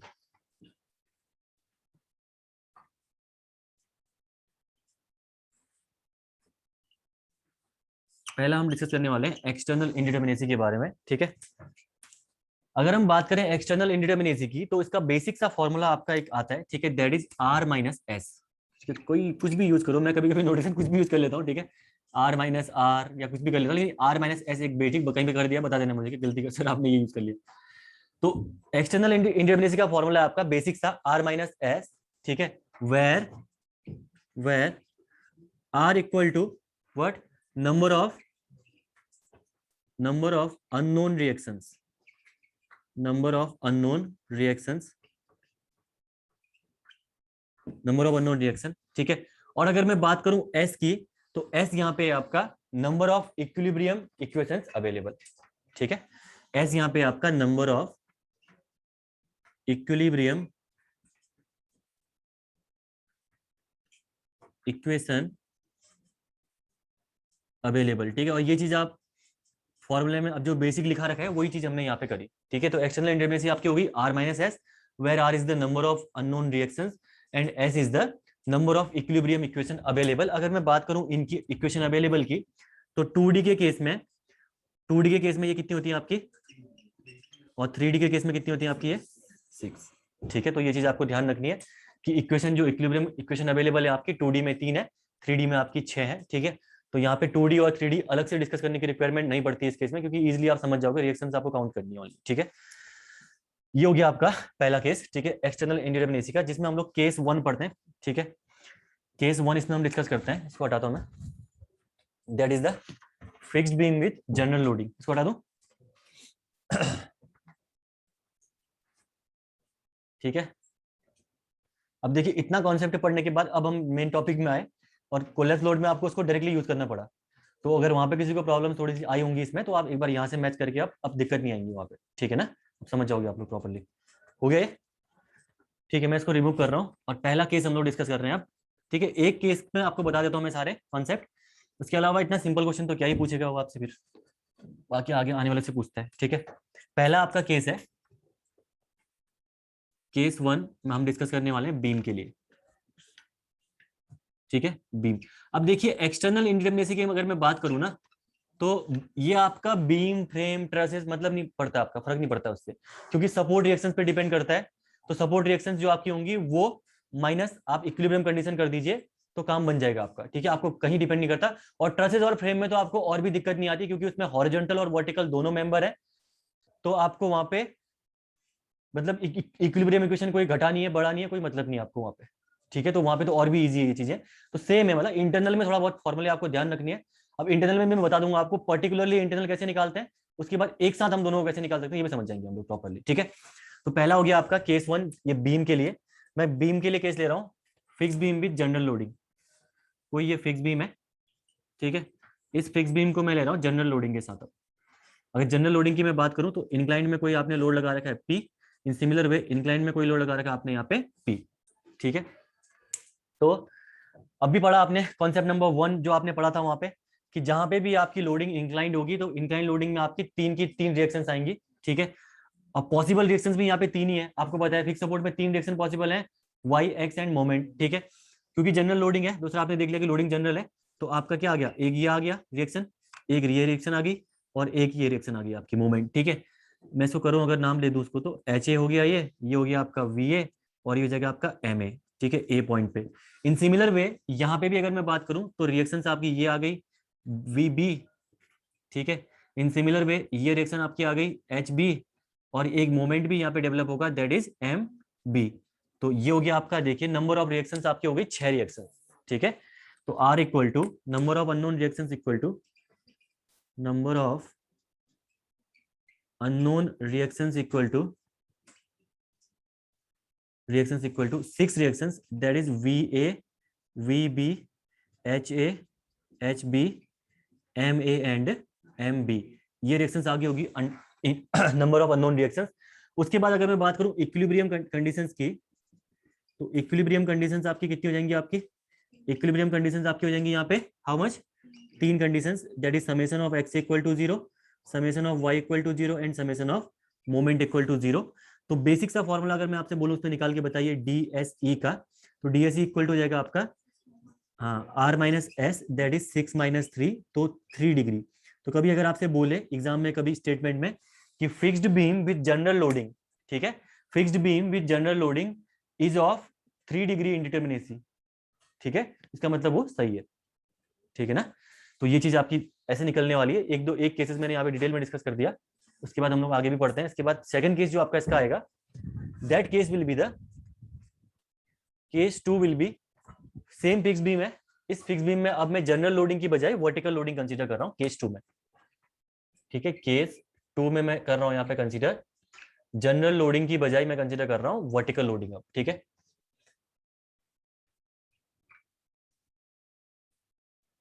यहाँ पे आप ले लीजिए वर्टिकल लोडिंग। अब सीधे जाइए आप अपने कॉन्सेप्ट में और पहले देखिए वहां पे जो सेकंड कॉन्सेप्ट लिखा रखा है कि जहां पे वर्टिकल लोडिंग बीम में, सबसे पहली बात तो देखना सपोर्ट सेम लेवल पे है, ठीक है, सपोर्ट सेम लेवल पे है ओनली, ठीक है। उसके साथ आपका वर्टिकल लोडिंग लगी हुई है, तो वर्टिकल लोडिंग लगी हुई है तो आपने पढ़ रखा है सेकंड पॉइंट में कि हॉरिजॉन्टल जो लोड्स होंगे यहाँ पे उनको आपको नेग्लेक्ट करके चलना है, और उसकी जो इक्विलिब्रियम इक्वेशन होगी वो भी आप नेग्लेक्ट करके चलेंगे, ठीक है। तो यहाँ पे अगर आप देखेंगे आप रिएक्शन, तो ए और बी पे, हाँ, एक तो हो जाएगा ये वी ए, ठीक है, दूसरा हो जाएगा यहाँ पे मोमेंट, ठीक है, एम ए, और जो ये रिएक्शन आपकी यहाँ पे आएगी H A, that H A equal to 0, ठीक है। इन सिमिलर वे यहाँ पे भी आपका एच बी इक्वल टू 0, ये वी बी यहाँ पे प्रेजेंट रहेगा, साथ में इसमें आपका मोमेंट भी जो होगा आपका यहाँ पे प्रेजेंट रहेगा। तो जो रिएक्शंस आपकी आ गई यहाँ पे आर इक्वल टू हो गया यहाँ पे दैट इज 4, ठीक है, 4 हो गया R, that is V A, M A, V B, M B, और एस की अगर मैं बात करूं तो अब आपका एस इक्वल टू हो जाएगा यहाँ पे आपका 2, summation of Y equal to 0 and summation of moment equal to 0, ठीक है। बस दो रिएक्शंस आपकी होंगी, दो, summation of Y equal to 0 and summation of moment equal to 0।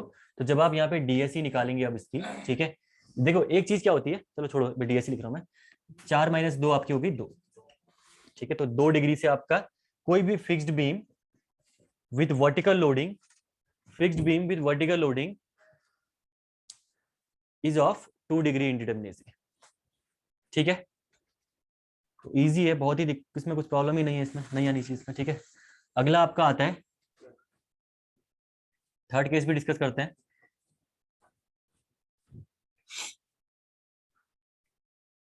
Case number third है आपका, that case will be the case third is the fixed beam width horizontal load, fixed beam with horizontal load आपका third case है। ठीक है, ये discuss करते हैं, easy है ये भी। अब जरा सोचिए, यहाँ पे ये हॉरिजॉन्टल जस्ट लोड आपका लग रहा है यहाँ पे, ठीक है, इससे पहले वर्टिकल लोड लग रहा था तो आपका मोमेंट भी आया। अब देखिए बीम है, ऑब्वियसली बात है, सपोर्ट में कोई इसेंट्रिसिटी तो है नहीं, तो मोमेंट डेवलप होने का तो कोई यहाँ पे रीजन होता ही नहीं है। तो इसका मतलब क्या होगा यहाँ पे, इसका मतलब सिर्फ और सिर्फ यहाँ पे एक ही रिएक्शन डेवलप होगी, दैट इज HA, और साथ में एक रिएक्शन यहाँ से डेवलप होगी, दैट इज HB। ठीक है, और अगर मैं बात करूं ये की, तो ये VA equal to 0, in similar way VB equal to 0। ठीक है, और साथ में आपका ये मोमेंट भी आपका डेवलप नहीं होगा, that is moment equal to 0। In similar way यहाँ पे आपका ये मोमेंट भी यहाँ पे आपका 0 होगा। ठीक है, इस केस में आप निकाल ही नहीं पाओगे, ऑब्वियस सी बात है, निकाल के दिखा दो इसमें। ठीक है, तो इक्विलिब्रियम कंडीशंस की रिक्वायरमेंट कितनी पड़ी हमारी, कितनी इक्विलिब्रियम, सिर्फ एक इक्विलिब्रियम कंडीशंस की रिक्वायरमेंट पड़ी हमें। ठीक है, तो नंबर ऑफ रिएक्शंस की अगर मैं बात करूं यहाँ पे, तो रिएक्शंस आपकी आ गई HA एंड HB, दो रिएक्शंस आ गई, दैट आर HA, HB। और रिएक्शंस के अलावा अगर मैं बात करूं इक्विलिब्रियम कंडीशंस की, तो इक्विलिब्रियम कंडीशंस आपने सिर्फ एक ही कंसीडर करिए। ठीक है, that is summation of x equal to 0। तो अगर मैं बात करूं यहाँ पे निकालिए DSE, तो ये हो जाएगा आपका 2 - 1, दैट इज 1 डिग्री। तो ऐसे आपको क्वेश्चनों को डील करना है। ठीक है, तीनों टाइप के क्वेश्चन मैंने आपको बता दिए। ठीक है, तो प्रॉब्लम्स यहाँ पे आपको नहीं आनी चाहिए अब किसी भी केस में, क्वेश्चंस आपके कुछ ऐसे ही बनेंगे ऑलरेडी। ठीक है,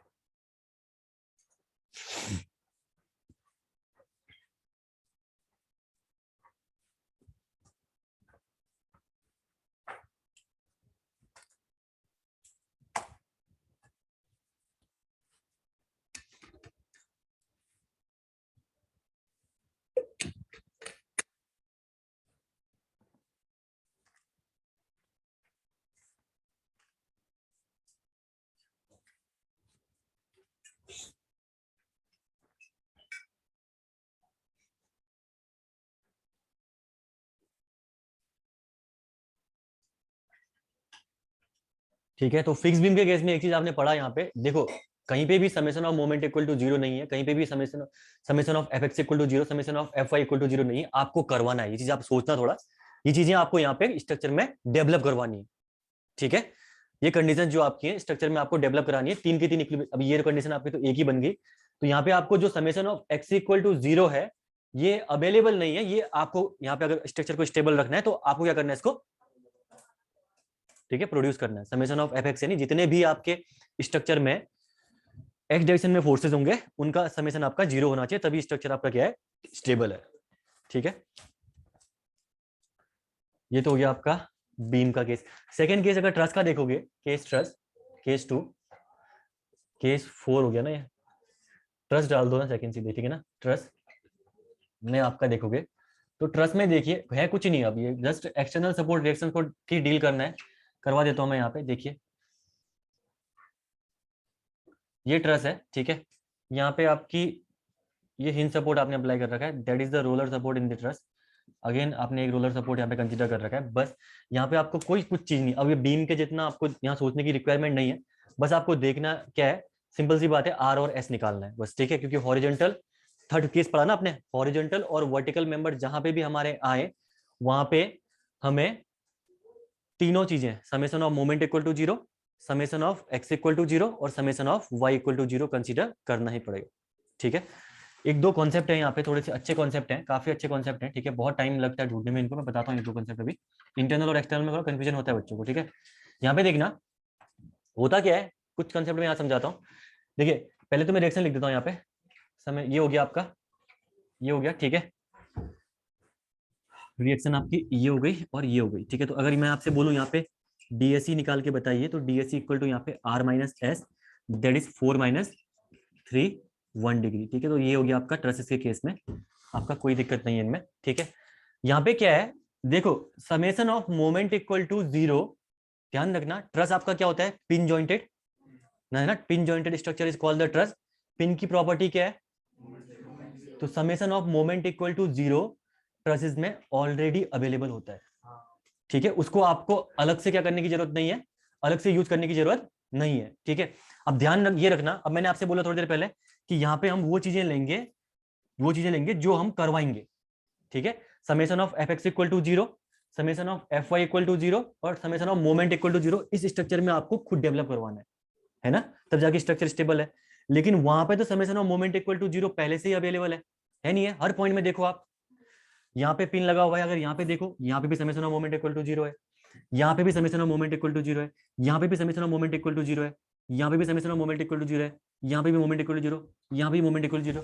तो फिर जरा ये बताना मुझे यहाँ पे कि ये हमने summation of moment equal to 0 यहाँ पे कंसीडर क्यों किया हमने? क्योंकि तो ऑलरेडी अवेलेबल है ना, एफ एक्स इक्वल टू 0 और एफ वाई से भी तो काम चल जाता आपका, क्यों? है ना, क्वेश्चन है कॉन्सेप्ट इसमें। देखो इसका रीजन यहाँ पे सिंपल सा है। पहली बात तो ये बैलेंस आउट हो जाएगा, अभी थोड़ी देर में बताऊंगा मैं आपको, इंटरनल और एक्सटर्नल में हम इसको बैलेंस आउट करेंगे जो कंसीडर कर रहे हैं। ठीक है, कर रहे हैं कंसीडर, इसको करने का रीजन क्या है कि summation of moment equal to 0 के बिना आप यहाँ पे ट्रेसेस में कभी भी रिएक्शन नहीं निकाल पाएंगे। अगर आप एक्सटर्नल रिएक्शंस की बात कर रहे हो, एक्सटर्नल रिएक्शंस की, इंटरनल की नहीं बात कर रहा हूं मैं, ठीक है, मैं एक्सटर्नल रिएक्शंस की बात कर रहा हूं। Summation of moment equal to 0 के बिना आप कभी भी इसमें आप लोग रिएक्शंस नहीं निकाल सकते हो, जिसकी वजह से हमें यहाँ पे नेसेसिटी हो जाती है कि एक्सटर्नल वाले में हमें summation of moment equal to 0 consider करें। ठीक है, अब हमने यहाँ पे कंसीडर कर रखा है, इसको हम बैलेंस आउट करेंगे कहाँ पे? इंटरनल में। और कैसे बैलेंस आउट करेंगे वो मैं समझाऊंगा अभी आपको थोड़ी देर में। ठीक है, तो ये ट्रेसेस का कर लीजिए आप। तो एक्सटर्नल में टेंशन मत लेना कभी भी, बिल्कुल आपका जो कॉन्सेप्ट पहला आपका काम आ रहा है। अब फ्रेम के केस में कराने की रिक्वायरमेंट है क्या? नहीं है ना, फ्रेम के केस में बिल्कुल ही नहीं है रिक्वायरमेंट। फ्रेम में भी तो वही करना है, नंबर ऑफ रिएक्शंस आपको काउंट करनी है और वो कर देना। क्वेश्चन एक कराना है, बोलो कराता हूँ, क्या करूं? ठीक है, फ्रेम के केस में देखिए, फ्रेम के केस में, ताकि आप कभी देखोगे तो कभी एग्जाम में क्या होता है ना, कई टाइम बाद, कभी कभी एक साल बाद नोट्स खुले, पता चला फ्रेम के लिए कराया नहीं, तो सोचेंगे कि होता नहीं है फ्रेम के लिए। तो वही चीज करवा देता हूँ मैं यहाँ पे, ताकि आपको जब खोलोगे भी तो आने वाले टाइम पे आप डायरेक्टली उसको, हाँ एक्सटर्नल में, इंटरनल में कॉन्सेप्ट कुछ और है अभी। ठीक है, और ये कॉन्सेप्ट बहुत डीप कॉन्सेप्ट है, ये मतलब बुक ढूंढोगे ना खगालते रह जाओगे, मिलेंगे नहीं कॉन्सेप्ट ये। क्योंकि ऑब्वियसली बात है ना, समेशन ऑफ एफ एक्स और एफ वाई से ही हमारा काम चल जाएगा। अभी समझाऊंगा मैं आपको, इंटरनल में जब पहुंचेंगे तब आप प्रॉपर्ली समझोगे वहां पे। ठीक है, कुछ कॉन्सेप्ट मैंने लिखवा नहीं अभी आपको, मुझे बोल दूंगा तो समझोगे नहीं अभी। ठीक है, अभी इस कॉन्सेप्ट पे काम करेंगे अभी आगे थोड़ी देर पे। ठीक है, ये हो गया आपका, और ये वाला हो गया। ठीक है, यहाँ पे लगा रखा है मैंने एक गाइडेड रोलर सपोर्ट, यहाँ पे मैंने लगा रखा है गाइडेड रोलर सपोर्ट। ठीक है, अंदर अंदर है, अंदर अंदर सब लोग हो जाएगा।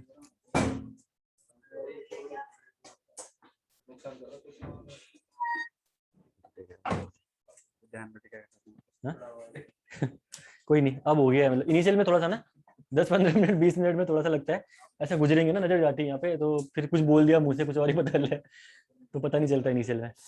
अब बन जाता है एक बार फ्लो, तो फिर दिक्कत नहीं है। बस यहाँ पे देखो, ये फ्रेम का केस है थर्ड। ठीक है, अपने इसमें लिख लेना आप लोग, ये फ्रेम का केस है। फ्रेम के केस में भी डीएससी जो निकलेगा सेम निकलना है, मेंबर को देखना नहीं है बिल्कुल भी, उनसे हमें मतलब नहीं है। ठीक है, सिर्फ आपको एक्सटर्नल सपोर्ट रिएक्शन। अब ये कॉन्सेप्ट आपका यहाँ पे आ गया। अब वो कभी एक तो आपने पढ़ा कि स्टैटिक जो इंडिटरमिनेसी होती है वो आपका external support reactions, internal forces और आपका ज्योमेट्री पे डिपेंड करती है। और आपने यहाँ पे देखो इंटरनल और एक्सटर्नल में भी आपने देख लिया कि एक्सटर्नल सिर्फ और सिर्फ आपका सपोर्ट रिएक्शन पे डिपेंड कर रहा, नहीं ज्योमेट्री पे डिपेंड कर रहा, नहीं इंटरनल फोर्सेस पे डिपेंड कर रहा। ठीक है, तो ये डिफरेंशिएशन भी दिमाग में क्लियर रखना। तो अब यहाँ पे देखिए, ये हो गया आपका वर्टिकल। अब ट्रस फ्रेम है, फ्रेम के केस में मैंने आपको बोल दिया है कि हॉरिजॉन्टल और वर्टिकल मेंबर होते हैं, तो आपको बिल्कुल लोडिंग की चिंता करने की जरूरत नहीं है, डायरेक्टली निकालो, कोई प्रॉब्लम नहीं। ठीक है, तो ये हो गया आपका वर्टिकल फोर्स यहाँ पे, ये हॉरिजॉन्टल फोर्स, और ये आपका हो गया MA। ठीक है, ये आपका हो गया वर्टिकल फोर्स और ये आपका हॉरिजॉन्टल रिएक्शन। ठीक है, इन सिमिलर वे यहाँ पे आपका एक ही आएगा, और गाइडेड रोलर सपोर्ट में गाइडेड रोलर दो, हाँ, एक तो perpendicular to the plane of the roller, एक आएगा इसमें मोमेंट। और मैंने आपको इसका कंसेप्ट भी समझाया था कि मोमेंट आपका डेवलप क्यों हो रहा है, क्योंकि ये एक रिजिड प्लेट है, दोनों साइड से रिजिड प्लेट लगी रहती है इसमें। ठीक है ना, अगर इसका प्रॉपर अरेंजमेंट वैसे देखोगे ना, तो अगर देखना है प्रॉपरली तो ऐसा कुछ होता है भाई, ये ठीक है, कुछ इस टाइप का होता है गाइडेड रोलर सपोर्ट आपका। ये गाइडेड रोलर सपोर्ट होता है। तो अगर यहाँ पे आपका कोई फोर्स लगा हुआ है या यहाँ पे कोई फोर्स लगा हुआ है, तो इस डिस्टेंस की वजह से यहाँ पे आपका मोमेंट जनरेट होता है, ठीक है, डी डिस्टेंस और ये फोर्स, तो फोर्स इंटू परपेंडिकुलर डिस्टेंस की वजह से एक मोमेंट जनरेट होगा इसमें गाइडेड रोलर सपोर्ट के केस में, ठीक है। तो ये चीज आप देख भी सकते हो। वैसे यहाँ पे मैं प्रॉपर्ली कॉन्सेप्चुअली कभी इंटरव्यू में पूछ लिया आपसे कि बताइए कि गाइडेड रोलर सपोर्ट में मोमेंट आपका जनरेट कैसे हो रहा है, तो पहले तो आप बताओगे कि उसमें जो रिजिड प्लेट्स हैं लगी हुई टॉप एंड बॉटम पे, वो मोमेंट जनरेट करवाती है। और कैसे मोमेंट जनरेट करवाती है बोलेंगे तो आप बना सकते हो उसको गाइडेड रोलर में कि फोर्स अगर आएगा तो क्योंकि यहाँ पे एक परपेंडिकुलर डिस्टेंस अवेलेबल है तो जिसकी वजह से एक मोमेंट जनरेट होगा, ठीक है। अगर इसकी वजह से देखोगे तो ये मोमेंट, और इसकी वजह से देखोगे तो ये वाला मोमेंट जनरेट होगा यहाँ पे, ठीक है ना, क्लियर है, ठीक है।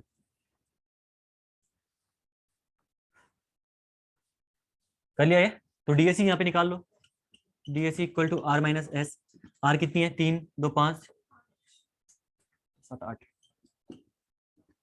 बस ये हो गया, ठीक है। अब आते हैं हम लोग इंटरनल में, ठीक है, इसको कर लो, यस। हाँ, कपल मोमेंट आपका सिंपल मोमेंट है, जो कपल मोमेंट लगा रखा है वो बेंडिंग मोमेंट नहीं है, वो वही वाला मोमेंट है जो हम डिस्कस कर रहे थे कल, एक्सटर्नल बिहेवियर, कपल मोमेंट। एक होता है बेंडिंग मोमेंट जो बेंड करने के लिए रिस्पॉन्सिबल होता है, कपल की वजह से बेंडिंग हो सकती है उसमें, ठीक है। जो कपल वाला मोमेंट है वो आपका रिस्पॉन्सिबल हो सकता है बेंडिंग के लिए, लेकिन वो बेंडिंग मोमेंट नहीं है। कपल लोड, इसके लिए आपको फिर बेंडिंग मोमेंट निकालना पड़ेगा ना, अगर कपल की वजह से देखो कपल लोड, वो तुम समझ पता कैसे चलेगा, नहीं कपल आपका सिंपल सा, कपल आपका मोमेंट ही मोमेंट है, वो कपल आपका है मोमेंट ओनली, कपल कोई बोले तो मोमेंट। कभी आपने सुना होगा जैसे आप, जैसे ये ट्रस्ट रहती है, ट्रस्ट क्या, जैसे ये बीम है कोई, और उसने बोला कि एक कपल हमने लगा रखा है यहाँ पे एम का, तो वो कपल बोलता है या सिर्फ बोलेगा मोमेंट हमने लगा रखा है एम का, कभी नहीं बोलता है कि वो बेंडिंग मोमेंट लगा रखा है हमने यहाँ पे एम का। इस कपल की वजह से बेंडिंग प्रोड्यूस हो सकती है। अगर आप सेक्शन पे बेंडिंग मोमेंट निकालेंगे डिफरेंट डिफरेंट सेक्शन पे, तो अगर बेंडिंग मोमेंट इस कपल की वजह से आ रहा है तो यानी यहाँ पे बेंडिंग मोमेंट जनरेट हो रहा है इंटरनली, लेकिन एक्सटर्नली यहाँ पे आपका सिर्फ और सिर्फ कपल लग रखा है बस। ये वही कपल है जो हम बाहर से खींच रहे हैं दरवाजे को, मैं कल एग्जांपल दिया था ना, दरवाजे को अगर आप खींचोगे तो एक मोमेंट प्रोड्यूस होगा, ये वो वाला कपल है।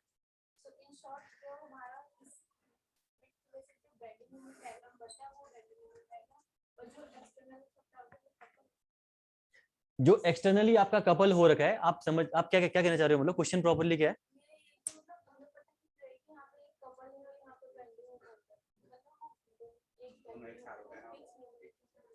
अरे फिक्स्ड मोमेंट और कपल आपका एक साथ होगा सर, नोटेशन नोटेशन करने का तरीका आपका डिफरेंट डिफरेंट हो सकता है ना। अगर आपने ये मोमेंट निकाला, बेंडिंग मोमेंट मैंने निकाला, तो अब ये तो थोड़ा सा आपको समझना पड़ेगा कि कपल लगा रखा है या बेंडिंग मोमेंट लगा रखा है, क्योंकि अगर आप यहाँ पे निकाल, जैसे फिक्स बीम है, फिक्स बीम में अगर आपने जो निकाला मोमेंट अगर आप निकालोगे तो बेंडिंग मोमेंट, अगर आपने बेंडिंग मोमेंट का फॉर्मूला यूज कर रखा है निकालने के लिए, फोर्स इंटू परपेंडिकुलर डिस्टेंस से अगर आपने मोमेंट निकाल रखा है तो वो बेंडिंग मोमेंट देगा आपको, ठीक है। कपल सिंपल सा मोमेंट है आपका, वो मोमेंट आपका कपल ट्विस्टिंग मोमेंट भी हो सकता है, वो आपका बेंडिंग मोमेंट भी हो सकता है। उसके रिजल्टेंट आपके मेन चीज ये है कि कपल और बेंडिंग मोमेंट में डिफरेंस बताओ। ये डिफरेंस होता है कि कपल आपका दोनों मोमेंट प्रोड्यूस कर सकता है, ठीक है ना।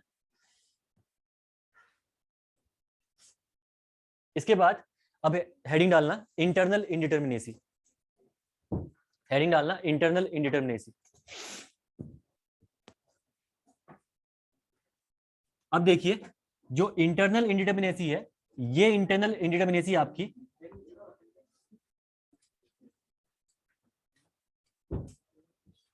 अगर मैं बात करूं इंटरनल इनडिटर्मिनेसी की, तो इंटरनल इनडिटर्मिनेसी अब आपकी दो चीजों पे डिपेंड करेगी, ठीक है। ये आपका देखो, ये आपका अब ज्योमेट्री और जो आपके इंटरनल फोर्सेस हैं, ठीक है, इन दोनों चीजों पे अब आपकी ये डिपेंड करेगी क्या, इंटरनल इनडिटर्मिनेसी, सिंपल सी बात है, ठीक है। तो पहले वाला केस था, पहले वाला केस था आपका सिर्फ और सिर्फ क्या था, एक्सटर्नल सपोर्ट रिएक्शंस पे, और जो दूसरा वाला केस पढ़ोगे आप इससे आगे, वो आपका ज्योमेट्री एंड इंटरनल फोर्सेस दोनों पे डिपेंड करेगा, ठीक है। तो स्टेटमेंट में क्वेश्चंस का ध्यान रखना आप लोग। बढ़े आगे, सबसे पहली बात आती है बीम्स, लिखो बीम्स में, ठीक है, बीम्स में केस वन, हाँ केस वन लिखना है इसमें बीम,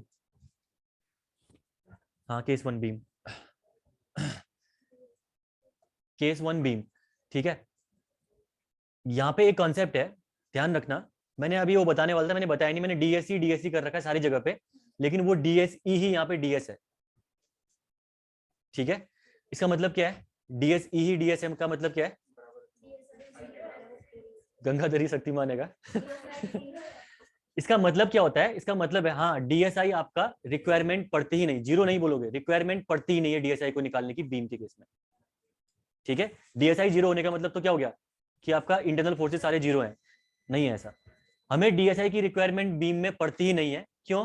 कोई भी बीम, आपने शेयर फोर्स बीएमडी कभी तो पढ़ा होगा, ठीक है ना, कभी ना कभी खोला तो होगा ही। कभी देखा आपने कि आप एक्सटर्नल सपोर्ट रिएक्शंस के बिना कोई रिएक्शन ना निकाल पाए हो, मतलब जो कोई इंटरनल फोर्स ना निकाल पाए हो, ठीक है, कभी नहीं निकाल पाए होंगे। मतलब हमेशा कभी कंडीशन, जैसे ये आपकी क्या है, बीम है, ठीक है, ये आपकी कोई बीम है, ये कोई भी बीम हो, कितने ही सपोर्ट लगे हो, कोई फर्क नहीं पड़ता हमें, ठीक है। अगर आपको ये एक्सटर्नल रिएक्शंस पता है, ये एक्सटर्नल रिएक्शंस पता है, तो आप कहीं पे भी बेंडिंग मोमेंट निकालो, ठीक है, कहीं पे भी शियर फोर्स निकालो, कोई भी दिक्कत नहीं है।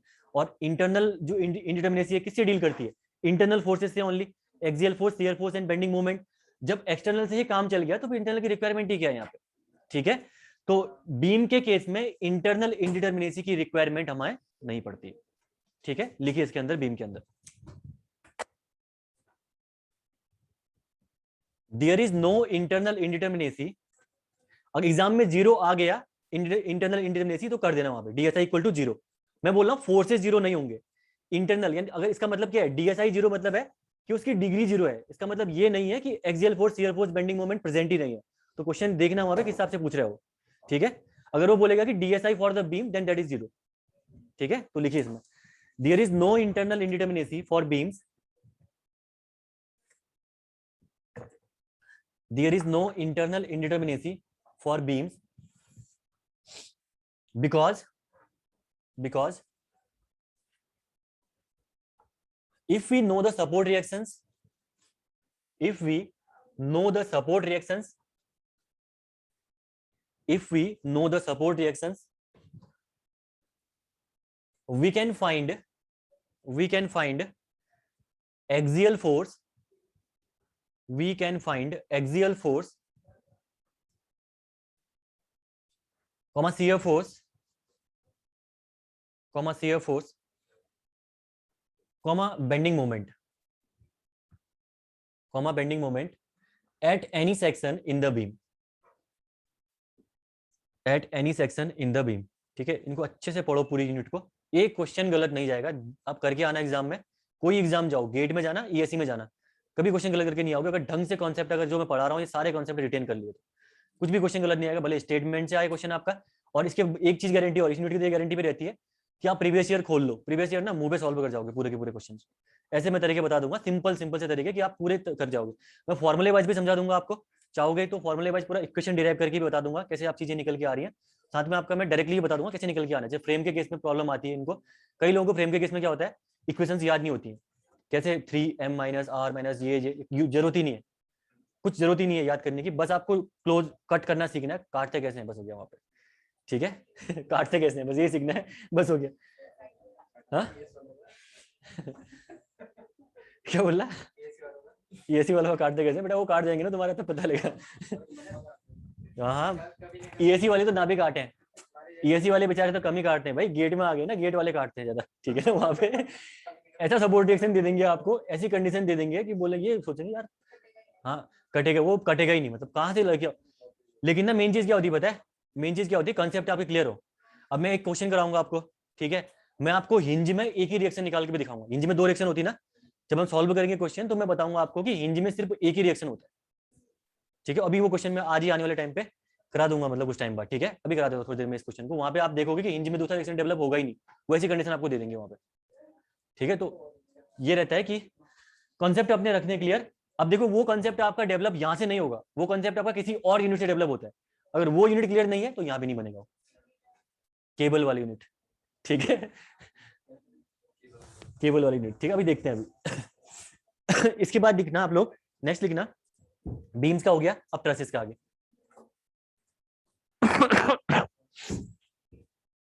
हाँ case two trusses, case two trusses. अब ट्रसेस का देखो मेरे पास दो ऑप्शन थे, एक तो मैं रटवा देता डायरेक्टली फॉर्मूला, एक ऑप्शन है कि मैं समझा दूं पूरा प्रॉपर्ली, और एक होता है कि जो मैक्सिमम बुक में लिखा हुआ है फॉर्मूला, कई क्या कर रखा है पता है, मैंने जितनी स्टैंडर्ड बुक्स देखी हुई हैं उन्होंने उसमें डायरेक्टली एक्सटर्नल सॉरी इंटरनल निकाली नहीं है उन्होंने, उन्होंने क्या कर रखा है, टोटल निकाल रखा है। अगर टोटल निकाल ले तो इंटरनल फिर भी निकाल लोगे आप, टोटल निकालो माइनस एक्सटर्नल घटा दो तो इंटरनल आ गया। लेकिन एक डायरेक्ट फॉर्मूला भी होता है इंटरनल का, जहां पे ये बैलेंस आउट वाला कॉन्सेप्ट आता है। तो मैंने बोला बैलेंस आउट होता है जहाँ पे चीजें, ठीक है। उसके पीछे कॉन्सेप्ट कुछ नहीं है, मैंने बहुत ढूंढा कहीं कहाँ से पहले टाइम पे, जो कुछ नहीं मिला। वो जस्ट बैलेंसिंग कर रखा है उन्होंने, वहां मोमेंट कंसिडर किया हुआ है तो वहां उन्होंने घटा दिया, बस खत्म है, ठीक है। तो अभी देखते हैं उसको कैसे कर रखा है इन्होंने ट्रसेस में। पहले तो ट्रसेस की प्रॉपर्टी लिखिए, कौन कौन सी ट्रसेस की प्रॉपर्टी होती है, ट्रस क्या होता है आपका, इसके बारे में। देन उसके बाद हम लोग आगे डिस्कस करते हैं। अब इसके बारे में समझाने की रिक्वायरमेंट है नहीं, बहुत हम पढ़ चुके हैं ट्रस्ट ट्रस्ट ट्रस्ट, ठीक है। लिखिए जरा इसमें क्या, हाँ ये कितना, बिल्कुल ही इतना लिख दिया आपने, चल जस्ट लिखिए डायरेक्ट इसमें लाइन, ठीक है। इसमें लिखना it is called as, it is called as, एक बार क्वेश्चन क्या आ गया एग्जाम में कि जो ट्रस हम लोग यूज करते हैं उसमें जो जॉइंट यूज करते हो, कौन से जॉइंट यूज करते हो, rough joint, smooth rough pin joint, smooth pin joint, smooth pin joint, ये बताया था क्लास में मैंने, ये भी बताया था मैंने क्लास में एक दिन ट्रसेस पिछली बार। तो ये क्वेश्चन भी ऐसे भी पूछता है, पिन जॉइंट पता है, पूछ दिया उसने कौन सा पिन जॉइंट यूज करता है, ठीक है। तो ऐसे क्वेश्चन भी पूछता है वो, तो लिखना इसमें।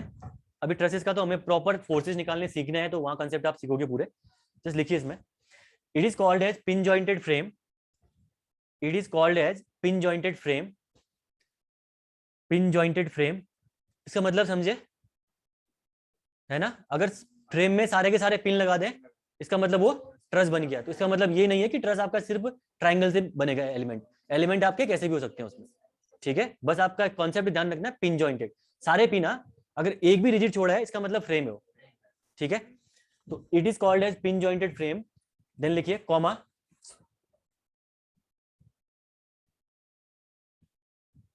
पिन जॉइंटेड कॉमा क्या लिखा है मैंने, comma, pin jointed frame structure, comma हटाओ इसको, कॉमा काटो, पिन जॉइंटेड फ्रेम स्ट्रक्चर, वो मैंने ऑब्लिक कर रखा है मैंने, कॉमा स्ट्रक्चर। देन उसके बाद फुल स्टॉप करके नीचे लिखिए, following are the assumptions for trusses, following are the assumptions for trusses, following are the assumptions for trusses. अब ये एजम्पशंस आपके नहीं पढ़ोगे आज आप, ये नहीं बताया होगा, ठीक है। पहला लिखना hooks law is valid, hooks law is valid, पता ही होगा हुक्स लॉ क्या होता है, स्टील में पढ़ाई हमने properly, Hooke's law is valid. दूसरा लिखना all members are perfectly straight, all members are perfectly straight, इस कॉन्सेप्ट से क्या समझे, हाँ ये, अब वो क्वेश्चन दो तरीके से पूछ सकता है, तो बेंडिंग के डायरेक्टली बोल देगा या बोल देगा मेंबर्स आर परफेक्टली स्ट्रेट, इसका मतलब क्या है, बेंडिंग अलाउ नहीं कर रखी आपने। थर्ड लिखना आप इसमें all members are exerting, all members are exerting, all members are exerting only axial force, all members are exerting only axial force, axial forces, ठीक है। तो axial forces यानी कॉम्प्रेशन या टेंशन, इसके अलावा कोई फोर्स नहीं आने वाला आपके ट्रस में। आपका इसमें सबसे पहला जो इंटरनल इंडिटरमिनेसी में केस बनेगा दैट इज 2D ट्रस, सारे फॉर्मूले निकलवाऊंगा। अब देखिए मैंने वहां पे 3D डिस्कस नहीं किया बीम में, बिकॉज वहां पे डिस्कशन की रिक्वायरमेंट नहीं है, जस्ट रिएक्शन गिननी है। तो 3D में आप रिएक्शन तो गिन सकते हो ना, 6 रिएक्शन फिक्स में होगी, 6 यहाँ हो गई, इक्विलिब्रियम भी 6 हो गई, तो बस उतना ही डिफरेंस है उसमें, तो वो चीज दिमाग खुद लगाना आप लोग वहाँ पे, ठीक है। बाकी इसके अलावा मैं ट्रसेस हो गया या फ्रेम्स हो गया, यहाँ पे मैं 3D की क्वेश्चन भी दूंगा आपको और 2D की भी दूंगा, ठीक है, निकालने के लिए। और याद करने की बिल्कुल रिक्वायरमेंट नहीं है, आपको जस्ट इन चीजों को कंसेप्चुअली समझना है और आपका चीजें बन के आ जाएंगी, ठीक है। सबसे पहला 2D ट्रस के केस में देखिए हम लोग क्या करते हैं, let M be the, let M be the number of members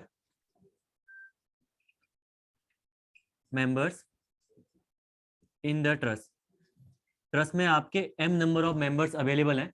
obvious सी बात है, इंटरनल फोर्सेस को अगर हम डील कर रहे हैं तो इतना समझ रहे होंगे कि इंटरनल फोर्सेस आपके कहाँ आएंगे, मेंबर के अंदर, सपोर्ट में तो आने नहीं हो, है ना। तो तभी हमारे यहाँ पे मेंबर्स की रिक्वायरमेंट पड़ रही है, let m be the number of members in the trust, ठीक है।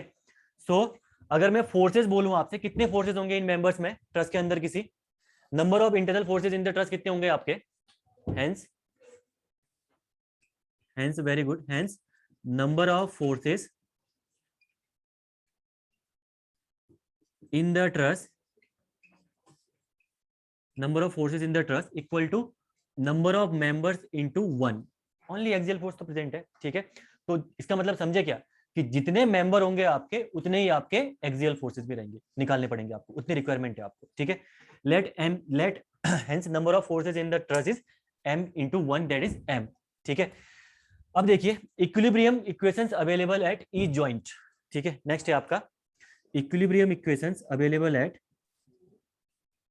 Equilibrium equations available eight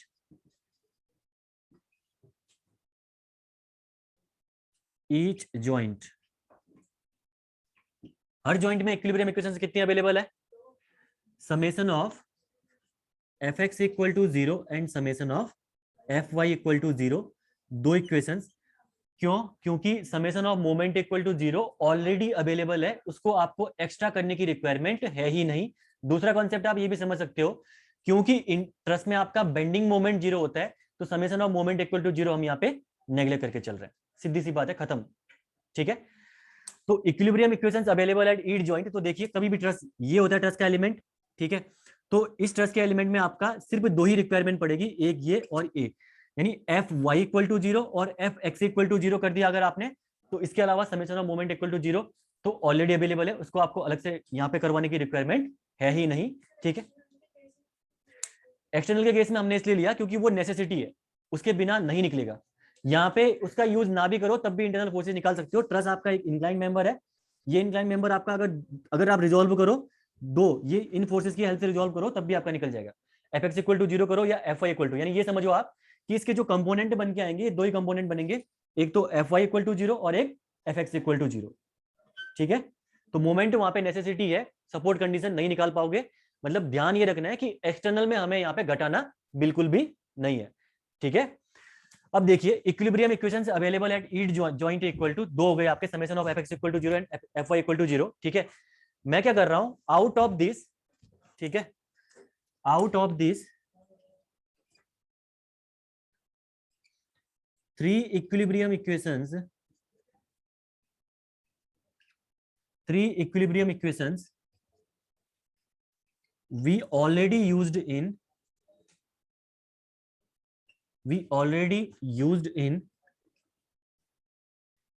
external indeterminacy।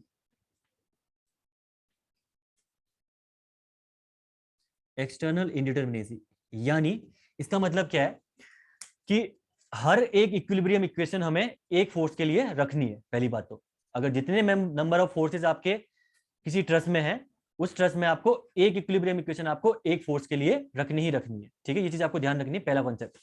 दूसरा देखिए, अब देखिए इंटरनल प्लस एक्सटर्नल करोगे ना, अगर मैं यहाँ पे क्या करूं, देखिए हर एक जॉइंट में ट्रस्ट की दो इक्विलिब्रियम इक्वेशंस आपको सेटिस्फाई करवानी है, that is summation of F X equal to 0 and summation of F Y equal to 0। क्योंकि हमने एक्सटर्नल में क्या कर रखा था, summation of moment equal to 0 भी कंसीडर कर लिया था, तो वो एक इक्विलिब्रियम इक्वेशन हम यहाँ पे घटा देंगे जिससे कि ये आपका बैलेंस आउट हो जाएगा। ठीक है, इसके बाद कॉन्सेप्ट मत समझना, क्योंकि कई लोग कॉन्सेप्ट में क्या होगा दिक्कत आपको कि summation of F X equal to 0, summation of F Y equal to 0, भाई summation of moment equal to 0 तो है ही नहीं, अगर जितने नंबर ऑफ इक्विलिब्रियम इक्वेशन होंगी तो उसमें फिर मोमेंट घटा क्यों दिया। तो just for the balancing purpose only ये घटा रहेगा summation of moment equal to 0, बाकी कोई कॉन्सेप्ट नहीं है, ढूंढना मत। ठीक है, कोई दिक्कत नहीं है, आपको कुछ मिलेगा नहीं इसमें। ठीक है, तो out of three equilibrium conditions equations we already used, out of these three equilibrium conditions we already used in external indeterminacy। ठीक है, तो जरा यहाँ पे देखना, यहाँ पे डीएसआई अगर मैं निकालूं तो डीएसआई का फॉर्मूला क्या है आपका, ये है number of internal forces minus number of equilibrium equation available. ठीक है, जब आप डीएसआई निकालोगे, ये आपका नंबर ऑफ इंटरनल फोर्सेस, ध्यान से देखो, ठीक है, एक बार number of internal forces minus number of equilibrium equations available. Concept basic same रहने वाला है, इक्विलिब्रियम इक्वेशंस अवेलेबल। एक बार ये समझ गए तो काम बन गया आपका। ठीक है, इंटरनल की बात चल रही है। ठीक है, और एक चीज और है, ये घटाने का रीजन क्या है कि ओवरलैपिंग ना हो, ऐसा ना हो कि इंटरनल में ही आपका टोटल निकले ये भी निकले, तो ओवरलैपिंग बिल्कुल भी नहीं होनी चाहिए। अगर आपने 3 घटा दिया यहाँ से, इसका मतलब इंटरनल आपकी सेपरेट हो गई, अब एक्सटर्नल आपकी सेपरेट हो गई, अगर दोनों को प्लस करोगे अब आप, तो आपका टोटल निकल के आ जाएगा। ठीक है, तो अब देखना जरा, एक बार देखो यहाँ पे, फिर वो करना। ठीक है, कई दिक्कत होगी डिस्कशन मेरे से पूछ लेना, एक बार देखो यहाँ पे, number of internal forces equal to DSI equal to, देखना जरा, number of internal forces, internal member forces कितने हैं आपके, इंटरनल मेंबर फोर्सेज कितने हैं, दो बोलने वाला कौन है, एम, एक भी नहीं है, एम, जितने एम नंबर ऑफ फोर्सेज हैं वही तो इंटरनल फोर्सेज है ना, तो number of internal member forces आपके एम है। ठीक है, m number of internal forces है।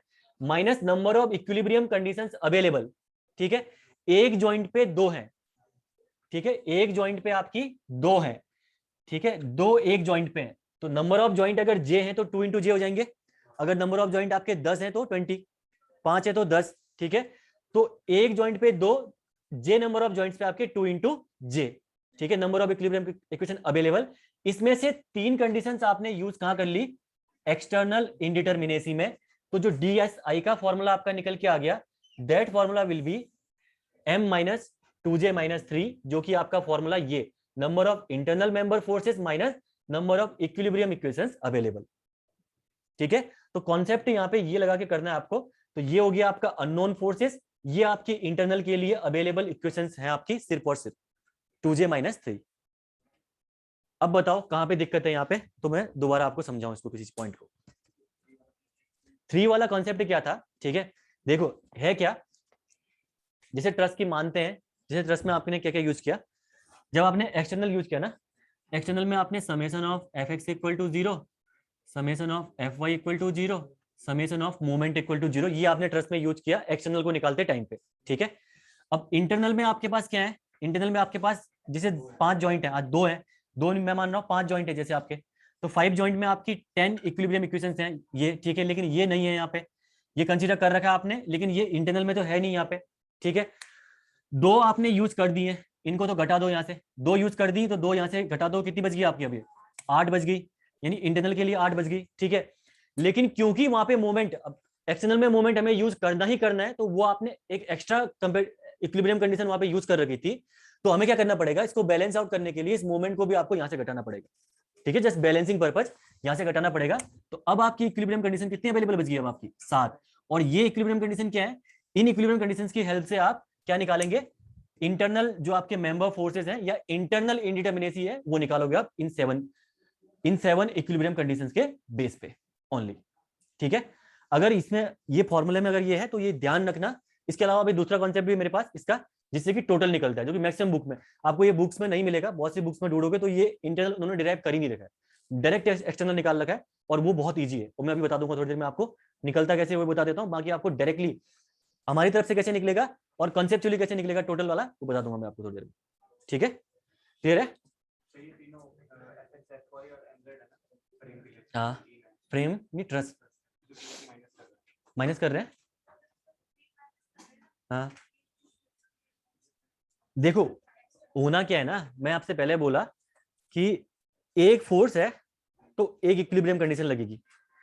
अब एक्सटर्नल में अगर आपने summation of F x use कर दिया तो उसको आप इंटरनल में यूज नहीं करोगे। जो इंटरनल में ये मैंने लिखे हुए हैं, ये मैंने लिखे हुए हैं इंटरनल में, ये आपके टोटल इक्विलिब्रियम इक्वेशंस हैं किसी ट्रस्ट के अंदर अवेलेबल है, ये आपके टोटल इक्विलिब्रियम है, इससे ज्यादा कंडीशंस आपकी नहीं आएंगी, ठीक है। लेकिन इन टोटल में से हमने अब कुछ डिवाइड करना है हमें, कहाँ, एक्सटर्नल में, कुछ डिवाइड करना है इंटरनल में। ऑब्वियस सी बात है, एक्सटर्नल में हमारी रिक्वायरमेंट कितनी थी, 3 की, तो इंटरनल में कितना बचा आपका, 2, मतलब एक्सटर्नल में 3 थी तो इंटरनल में कितना बचा, जितने टोटल है -3, बस बस यही चीज है कंडीशन यहाँ पे, इसके अलावा कोई कॉन्सेप्ट नहीं है। अभी मैं दूसरे कॉन्सेप्ट से समझाता हूँ इसको आपको, आप प्रॉपरली, अगर ये फॉर्मूला याद नहीं होता कर लोगे वैसे याद, इसको कर लेना, बैठा हुआ है, ठीक है। अभी मैं आपको जो जो स्टैंडर्ड बुक्स में जिन्होंने जिस तरीके से निकाल रखा है उस तरीके से निकालता हूँ, लेकिन उस केस में अब आपका ये इंटरनल में नहीं निकलेगा, वो टोटल के फॉर्म में निकल जाएगा, ठीक है। तो जस्ट आज को करिए, उसके बाद आगे डिस्कस करते हैं। आगे समझ में सब क्या, ठीक है। बाकी इसके पीछे कॉन्सेप्ट कुछ नहीं है मोमेंट घटाने के, मैं भी बहुत घूमा पहले कि मतलब कितने बुक्स खोली मैंने, जितनी मेरे पास बुक्स अवेलेबल थी हर जगह बैलेंस खोली, लास्ट में बस पता चला कि सिर्फ और सिर्फ बैलेंसिंग कर रखी है, बाकी कुछ नहीं करा है, ठीक है ना। अब सोचने वाले में कॉन्सेप्ट यही, एक गड़बड़ यही आती है कि समेशन ऑफ एफ एक्स और एफ वाई ही जॉइंट में कंसीडर करा है, घटा मूवमेंट भी दिया है ना, तो ये कंडीशन आती है, ठीक है। ध्यान ही रखना, ये समेशन ऑफ एफ एक्स और एफ वाई ये आपको सेटिस्फाई करवाना है, हाँ ये आपको सेटिस्फाई करवाना है, टोटल पूरे स्ट्रक्चर में आपको सेटिस्फाई करवाना है। लेकिन ये summation of moment equal to 0 तो ऑलरेडी अवेलेबल है, उसको कंसीडर करा हुआ है, तो घटाओगे भी तो ना, उसको पहले कंसीडर किया हुआ है आपने सपोर्ट में, वहां पे क्योंकि नेसेसिटी थी, उसके बिना काम नहीं चलेगा। लेकिन यहाँ पे नेसेसिटी नहीं है, तो हमने क्या करा, इसमें हटा दिया, क्योंकि इन दोनों से ही आपका काम बन जाएगा आपके फोर्सेज निकालने का, ठीक है। किसको यार, इसका कॉन्सेप्ट क्या ही लिखा हूं इसको मैं, इसको जस्ट आप ध्यान रखना ऐसे ही अपने अपने तरीके से कुछ लिख लो, मतलब ना खुद, क्योंकि मैंने कोई स्टेटमेंट खुद ही नहीं बना रखा समझने के लिए, क्या लिखा दो इसमें आपको, खुद ही अपने तरीके से लिख लो इसको तो समझ जाओगे ब्रैकेट में कुछ करके हिंदी में खुद ही या इंग्लिश में खुद ही अपने तरीके से लिख देना कि just for the balancing purpose we reduce that moment from internal, बस खत्म बात। हाँ हाँ हाँ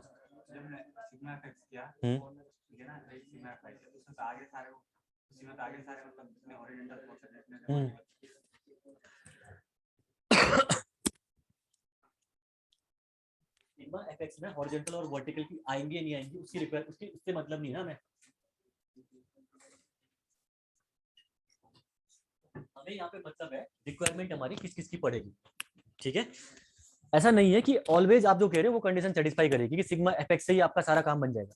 आपको सिग्मा वाई इक्वल टू 0 भी इंटरनल फोर्सेज निकालने में किसी भी ट्रस्ट में, अभी ये चीज आप कब समझोगे जब फोर्सेज निकालोगे ट्रस्ट में, जब ट्रस्ट में फोर्सेज निकालोगे उस टाइम पे देखोगे आप कि आपका प्रॉपर रिक्वायरमेंट पड़ेगी एक ट्रस्ट के अंदर, एक ट्रस्ट के अंदर ही सिग्मा एफएक्स और सिग्मा एफवाई की, ठीक है। तो आप ये नहीं बोल सकते हो कि सिग्मा एफएक्स से ही मैं पूरा का पूरा ट्रस्ट एनालाइज कर दूंगा, नहीं कर पाओगे आप। अब ये एग्जांपल आप देखोगे वहां पे हाँ हाँ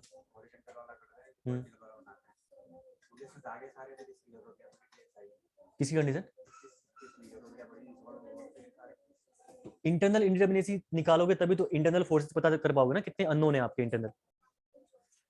ये मेंबर है ना, देखो प्रैक्टिकली अगर इसका आप समझोगे, आप सिंपल सी बात है प्रैक्टिकल में उतर रहे हो इसमें, ये आप प्रैक्टिकली अगर आप इसमें मूव करते हो प्रैक्टिकली, ठीक है, ये प्रैक्टिकली अगर आप इसमें मूव करते हैं तो देखिए इंटरनल मेंबर्स कितने हैं गिनिए इसमें, 3 2 5 2 7 2 9 ना, 9 है। 9 में से आपकी जितनी इक्विलिब्रियम इक्वेशंस अवेलेबल है, बाई चांस हमारे पास इक्विलिब्रियम कंडीशंस इंटरनल को निकालने के लिए 4 है, ठीक है, 4 इक्विलिब्रियम कंडीशन हमारे पास अवेलेबल है जो कि इंटरनल में यूज होने वाली है, ठीक है। ये हमने कहां से पता चला, डीएसआई से हमने निकाल दिया ये, ठीक है। तो 4 है तो यानी मेंबर कितने हैं 9, तो 5 मेंबर में जो अननोन फोर्सेज हैं उनके लिए आपको कंपैटिबिलिटी कंडीशन की रिक्वायरमेंट पड़ेगी, ठीक है ना। तो प्रैक्टिकली ये आपका जो कर रहे हो आप लोग प्रैक्टिकली आप इसका यूज ये है, ठीक है। बस सिंपल सा फैक्ट है वहां पे बैलेंस करने के लिए घटा रखा है कि हमने ऑलरेडी यूज कर लिया है, तो अब हम क्या करेंगे उसको दोबारा कंसीडर नहीं करेंगे, बस खत्म, बस खत्म। यहाँ पे लिखा हुआ है ना equilibrium equation available at each joint, या आप ये भी लिख सकते हो, ये लिखा हुआ है out of this 3 equilibrium equation we already used in external indeterminacy, जो आप बोल रहे थे लिखाने के लिए, ये पॉइंट याद रखना बस हो गया, बस ये पॉइंट ध्यान रखना बस हो गया। और इक्विलिब्रियम कंडीशन एक जॉइंट में कितनी है इसमें तो प्रॉब्लम नहीं है, इसमें तो नहीं है। Summation of m equal to 0 already available है, उसको कंसीडर मत करना। साथ में मैं बोल रहा हूँ बेंडिंग मोमेंट आपका इंटरनली 0 होता है ट्रस्ट में, तब भी कंसीडर मत करना उसको, ठीक है। वो ऑटोमेटिक अवेलेबल है, ये आपको करवाना है, ये आपको करवाना है, ठीक है, तभी हमने इसको कंसीडर कंसीडर कर रखा है।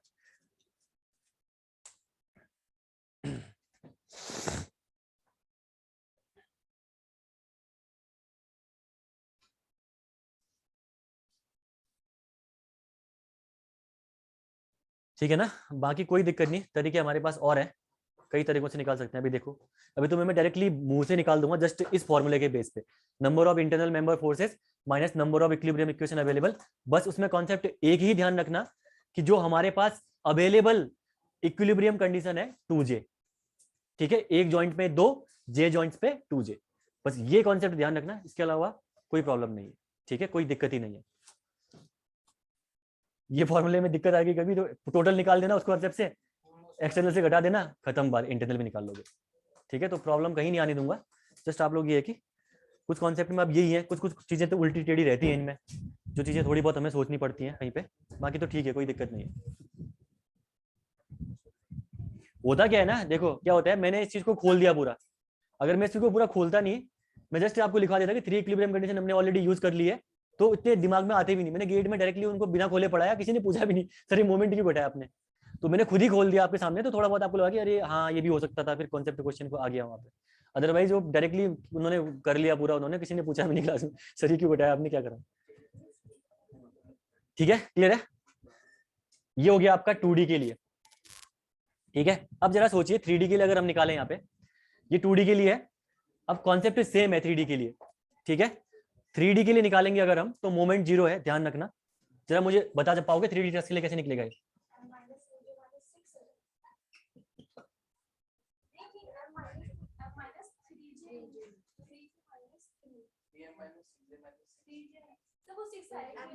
अच्छा 3m कैसे हो जाएगा? एक मेंबर में 3 फोर्सेस, भले वो 2D हो या 3D हो, एक मेंबर में 3 फोर्सेस तो आएंगे नहीं।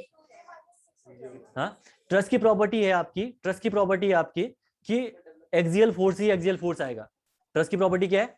सिर्फ एक्सियल फोर्स आएगा, है ना? तो इसका मतलब 3D ट्रस्ट अगर आप करोगे यहाँ पे, जरा सोचो दोबारा, और 6 तो गया, ठीक है, फिर थोड़ा और सोचो। तुमने पहले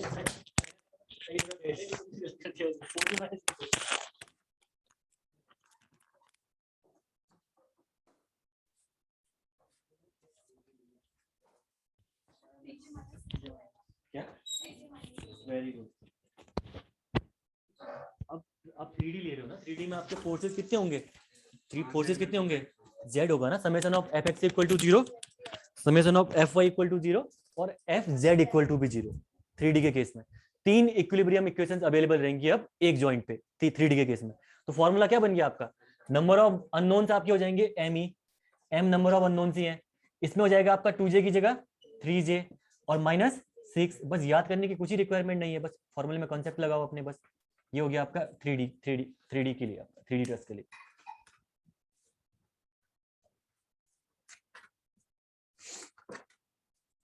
ठीक है, अब देखो ऑल्टरनेट फॉर्मूला। अब मैं बताता हूं आपको सीधे ऑल्टरनेट फॉर्मूला निकालने वाला। पहले मैं उसको किस तरीके से बताऊंगा? तो 2 तरीके हैं मेरे पास, दोनों से निकलवा दो या एक से बता दो डायरेक्टली? सबसे आसान है दोनों। क्या करना है आपको? देखो एक चीज बताता हूं मैं आपको, वो फॉर्मूला कैसे कैसे डेवलप हो सकता है उससे मैं नहीं कराता हूं। चलो मैं एक काम करता हूँ, सीधे मैं कॉन्सेप्ट से बता देता हूँ। मैं मैथमेटिकली नहीं बताता हूँ, इसके टर्म पे। आपको करना क्या है वो करने के लिए? डीएसआई है, ये डीएसआई निकाल दिया ना ऑलरेडी आपने। अगर आपका फॉर्मूला क्या है? डीएस निकालना है, डायरेक्ट डीएस निकालना है, टोटल निकालना है डायरेक्ट। तो ऑब्वियसली बात है, डीएसआई निकाल दिया और आपको पता है कि r-3 जो आपका क्या है, ये r-3 एक्सटर्नल है, यानी इंटरनल प्लस एक्सटर्नल करोगे तो एक फॉर्मूला डेवलप हो जाएगा। ठीक है, टोटल निकालोगे तो ऑब्वियसली बात है इंटरनल और एक्सटर्नल करोगे ना, तो इंटरनल प्लस एक्सटर्नल। इस केस में इंटरनल प्लस ऐसे निकलता है फॉर्मूला, वैसे अगर यहां से निकालोगे तो। बाकी इसमें याद करने की ऐसे रिक्वायरमेंट नहीं है, कॉन्सेप्चुअली निकालते हैं, क्योंकि कॉन्सेप्चुअली निकालोगे उसको तो आपको वो ज्यादा इजी पड़ेगा। ठीक है, ऑल्टरनेट फॉर्मूला फॉर, लिखो alternate formula for static indeterminacy of trust. Total की बात चल रही है, alternate formula for static indeterminacy of trust. ठीक है, अगर आप ये कॉन्सेप्ट जिंदगी में भूल भी जाओ कोई दिक्कत नहीं, काम नहीं है। ठीक है, आपका न्यूमेरिकल गलत फिर भी नहीं होगा। ठीक है, alternate formula for static indeterminacy of trust.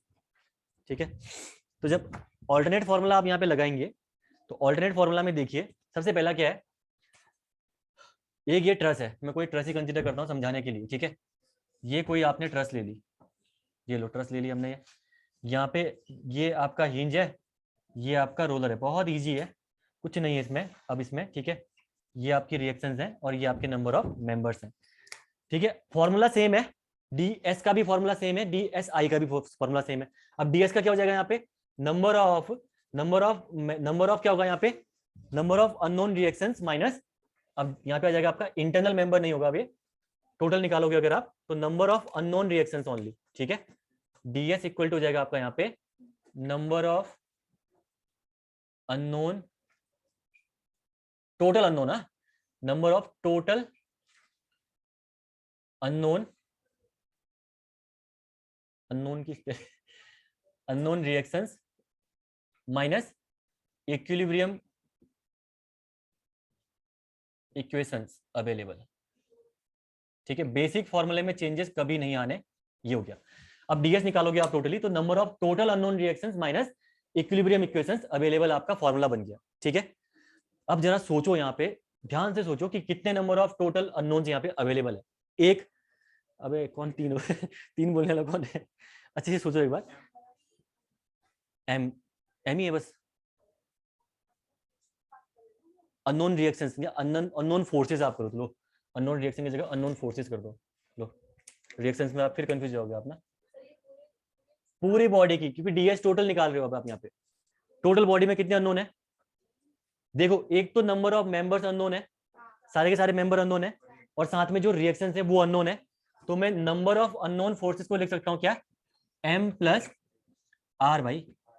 अब अभी तो दो कंडीशंस दे रखी ना, क्या पता अगर यहाँ पे इन्होंने एक ये ट्रस्ट बना दी और अब ये कर दिया तो 3 लगा दिया तो तुम तो फिर घुस जाओगे उस टाइम पे। अब यहाँ पे हो गई आपकी कितनी रिएक्शंस, आपकी 5 रिएक्शंस हो गई अब आपकी, है ना। तो फॉर्मूले को जस्ट आप क्या करना है, मैं पूरा जनरलाइज फॉर्मूला बना रहा हूँ, ठीक है। ये हो गए number of unknown forces in overall trust, ठीक है। माइनस आपको क्या करना है, इक्विलिब्रियम इक्वेशंस अवेलेबल, और मैंने अब भी बताया आपको एक जॉइंट पे 2 इक्विलिब्रियम कंडीशंस है हमारे पास बस, -2 इंटू जे। अब उन दोनों को प्लस करो, ये निकल के आएगा, आ रहा होगा ना, ठीक है।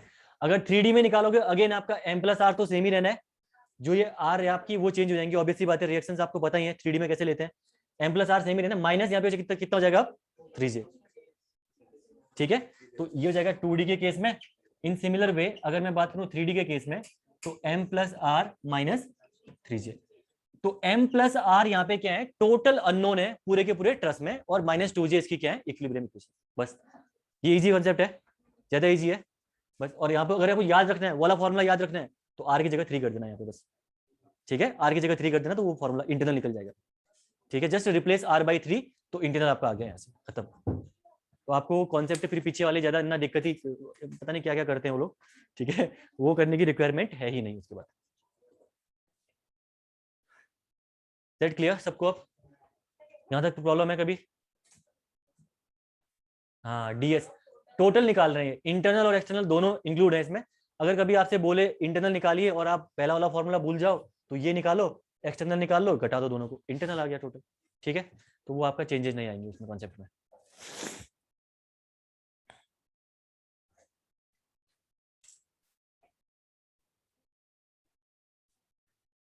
ठीक है, शॉर्ट नोट्स में सारे के सारे फॉर्मूले आपके जाने चाहिए वाले जो फॉर्मूले चल रहे हैं, क्योंकि कॉम्प्लिकेटेड जैसी यूनिट रहती है।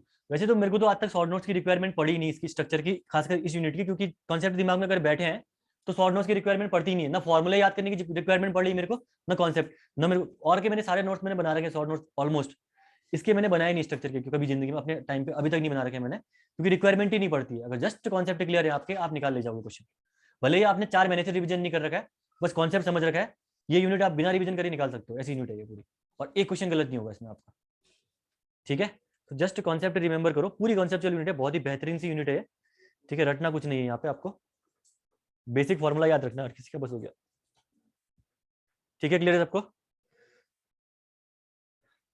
तो ये हो गया आपका ट्रसेस के बारे में। अब देखिए फ्रेम की भी इंटरनल बचती है, तो उसको अभी हम पॉज ही करते हैं, है ना। आधा अभी हम कर भी नहीं पाएंगे उसको, शायद कल की क्लास में मेरी पॉसिबल होती ही नहीं होती, क्योंकि हेल्थ भी उतनी ठीक नहीं है, तो कल मैं शायद क्या बता, हाँ कल की,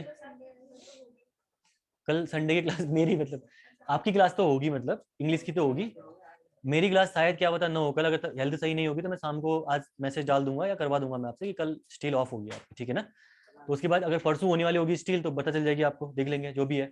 अगर नहीं भाई परसों भी नहीं होगी तो उसके बाद हम लोग डायरेक्ट मिलेंगे दीपावली के बाद।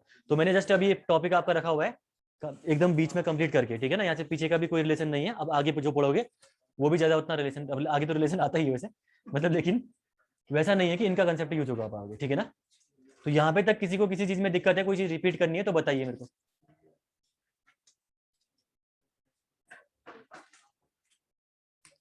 बाकी इसके क्वेश्चन साथ ही डील करेंगे। एक क्वेश्चन कराऊंगा, करा दूं क्वेश्चन, एक करा दूं वाला क्वेश्चन जो मैं कह रहा था आपसे क्वेश्चन करा दूं। अरे यार लेके ही नहीं आया तो कहाँ से करा देता हूँ, फिर भी याद है मुझे, कल ही करा रखा ना गेट में। चलो मैं कोई ध्यान ही है मतलब क्वेश्चन वैसे।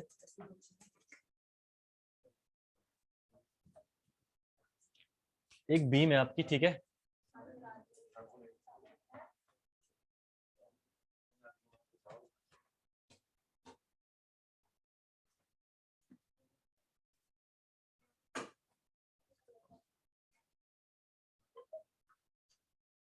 डायरेक्टली ऐसे बीम में जाओगे, कहीं घुसोगे नहीं, हटा दो इसको, तो क्वेश्चन को बाद में करेंगे, है ना, बाद में करेंगे यार, नहीं रहने दो। क्योंकि ना अभी इससे पहले मैंने कई क्वेश्चन करा रखे हैं उनको, तो कॉन्सेप्ट क्लियर थे तो करे उन्होंने, लेकिन नहीं करा था रहने दो। नहीं वो सिंपल है, कुछ नहीं, वो ना डायग्राम में से बनाना नहीं आया ना, वो उल्टा बन गया। अदरवाइज इजी सा क्वेश्चन है वो, जैसे टफ नहीं है, बाद में करेंगे रहने दो इसको। हाँ अभी आपकी 12 से इंग्लिश है ना, 12 से इंग्लिश नहीं आपकी, हाँ 12 से इंग्लिश तो होगी ना, तो छुट्टी तो कहाँ होगी, इस क्लास की छुट्टी होगी ना। अभी डाउट है कुछ ना आप लोगों के, वो डाउट्स देखने हैं, तभी मैं अभी आधे घंटे बाद अभी क्लास है, तभी मैंने अभी क्लास ऑफ कर दिया।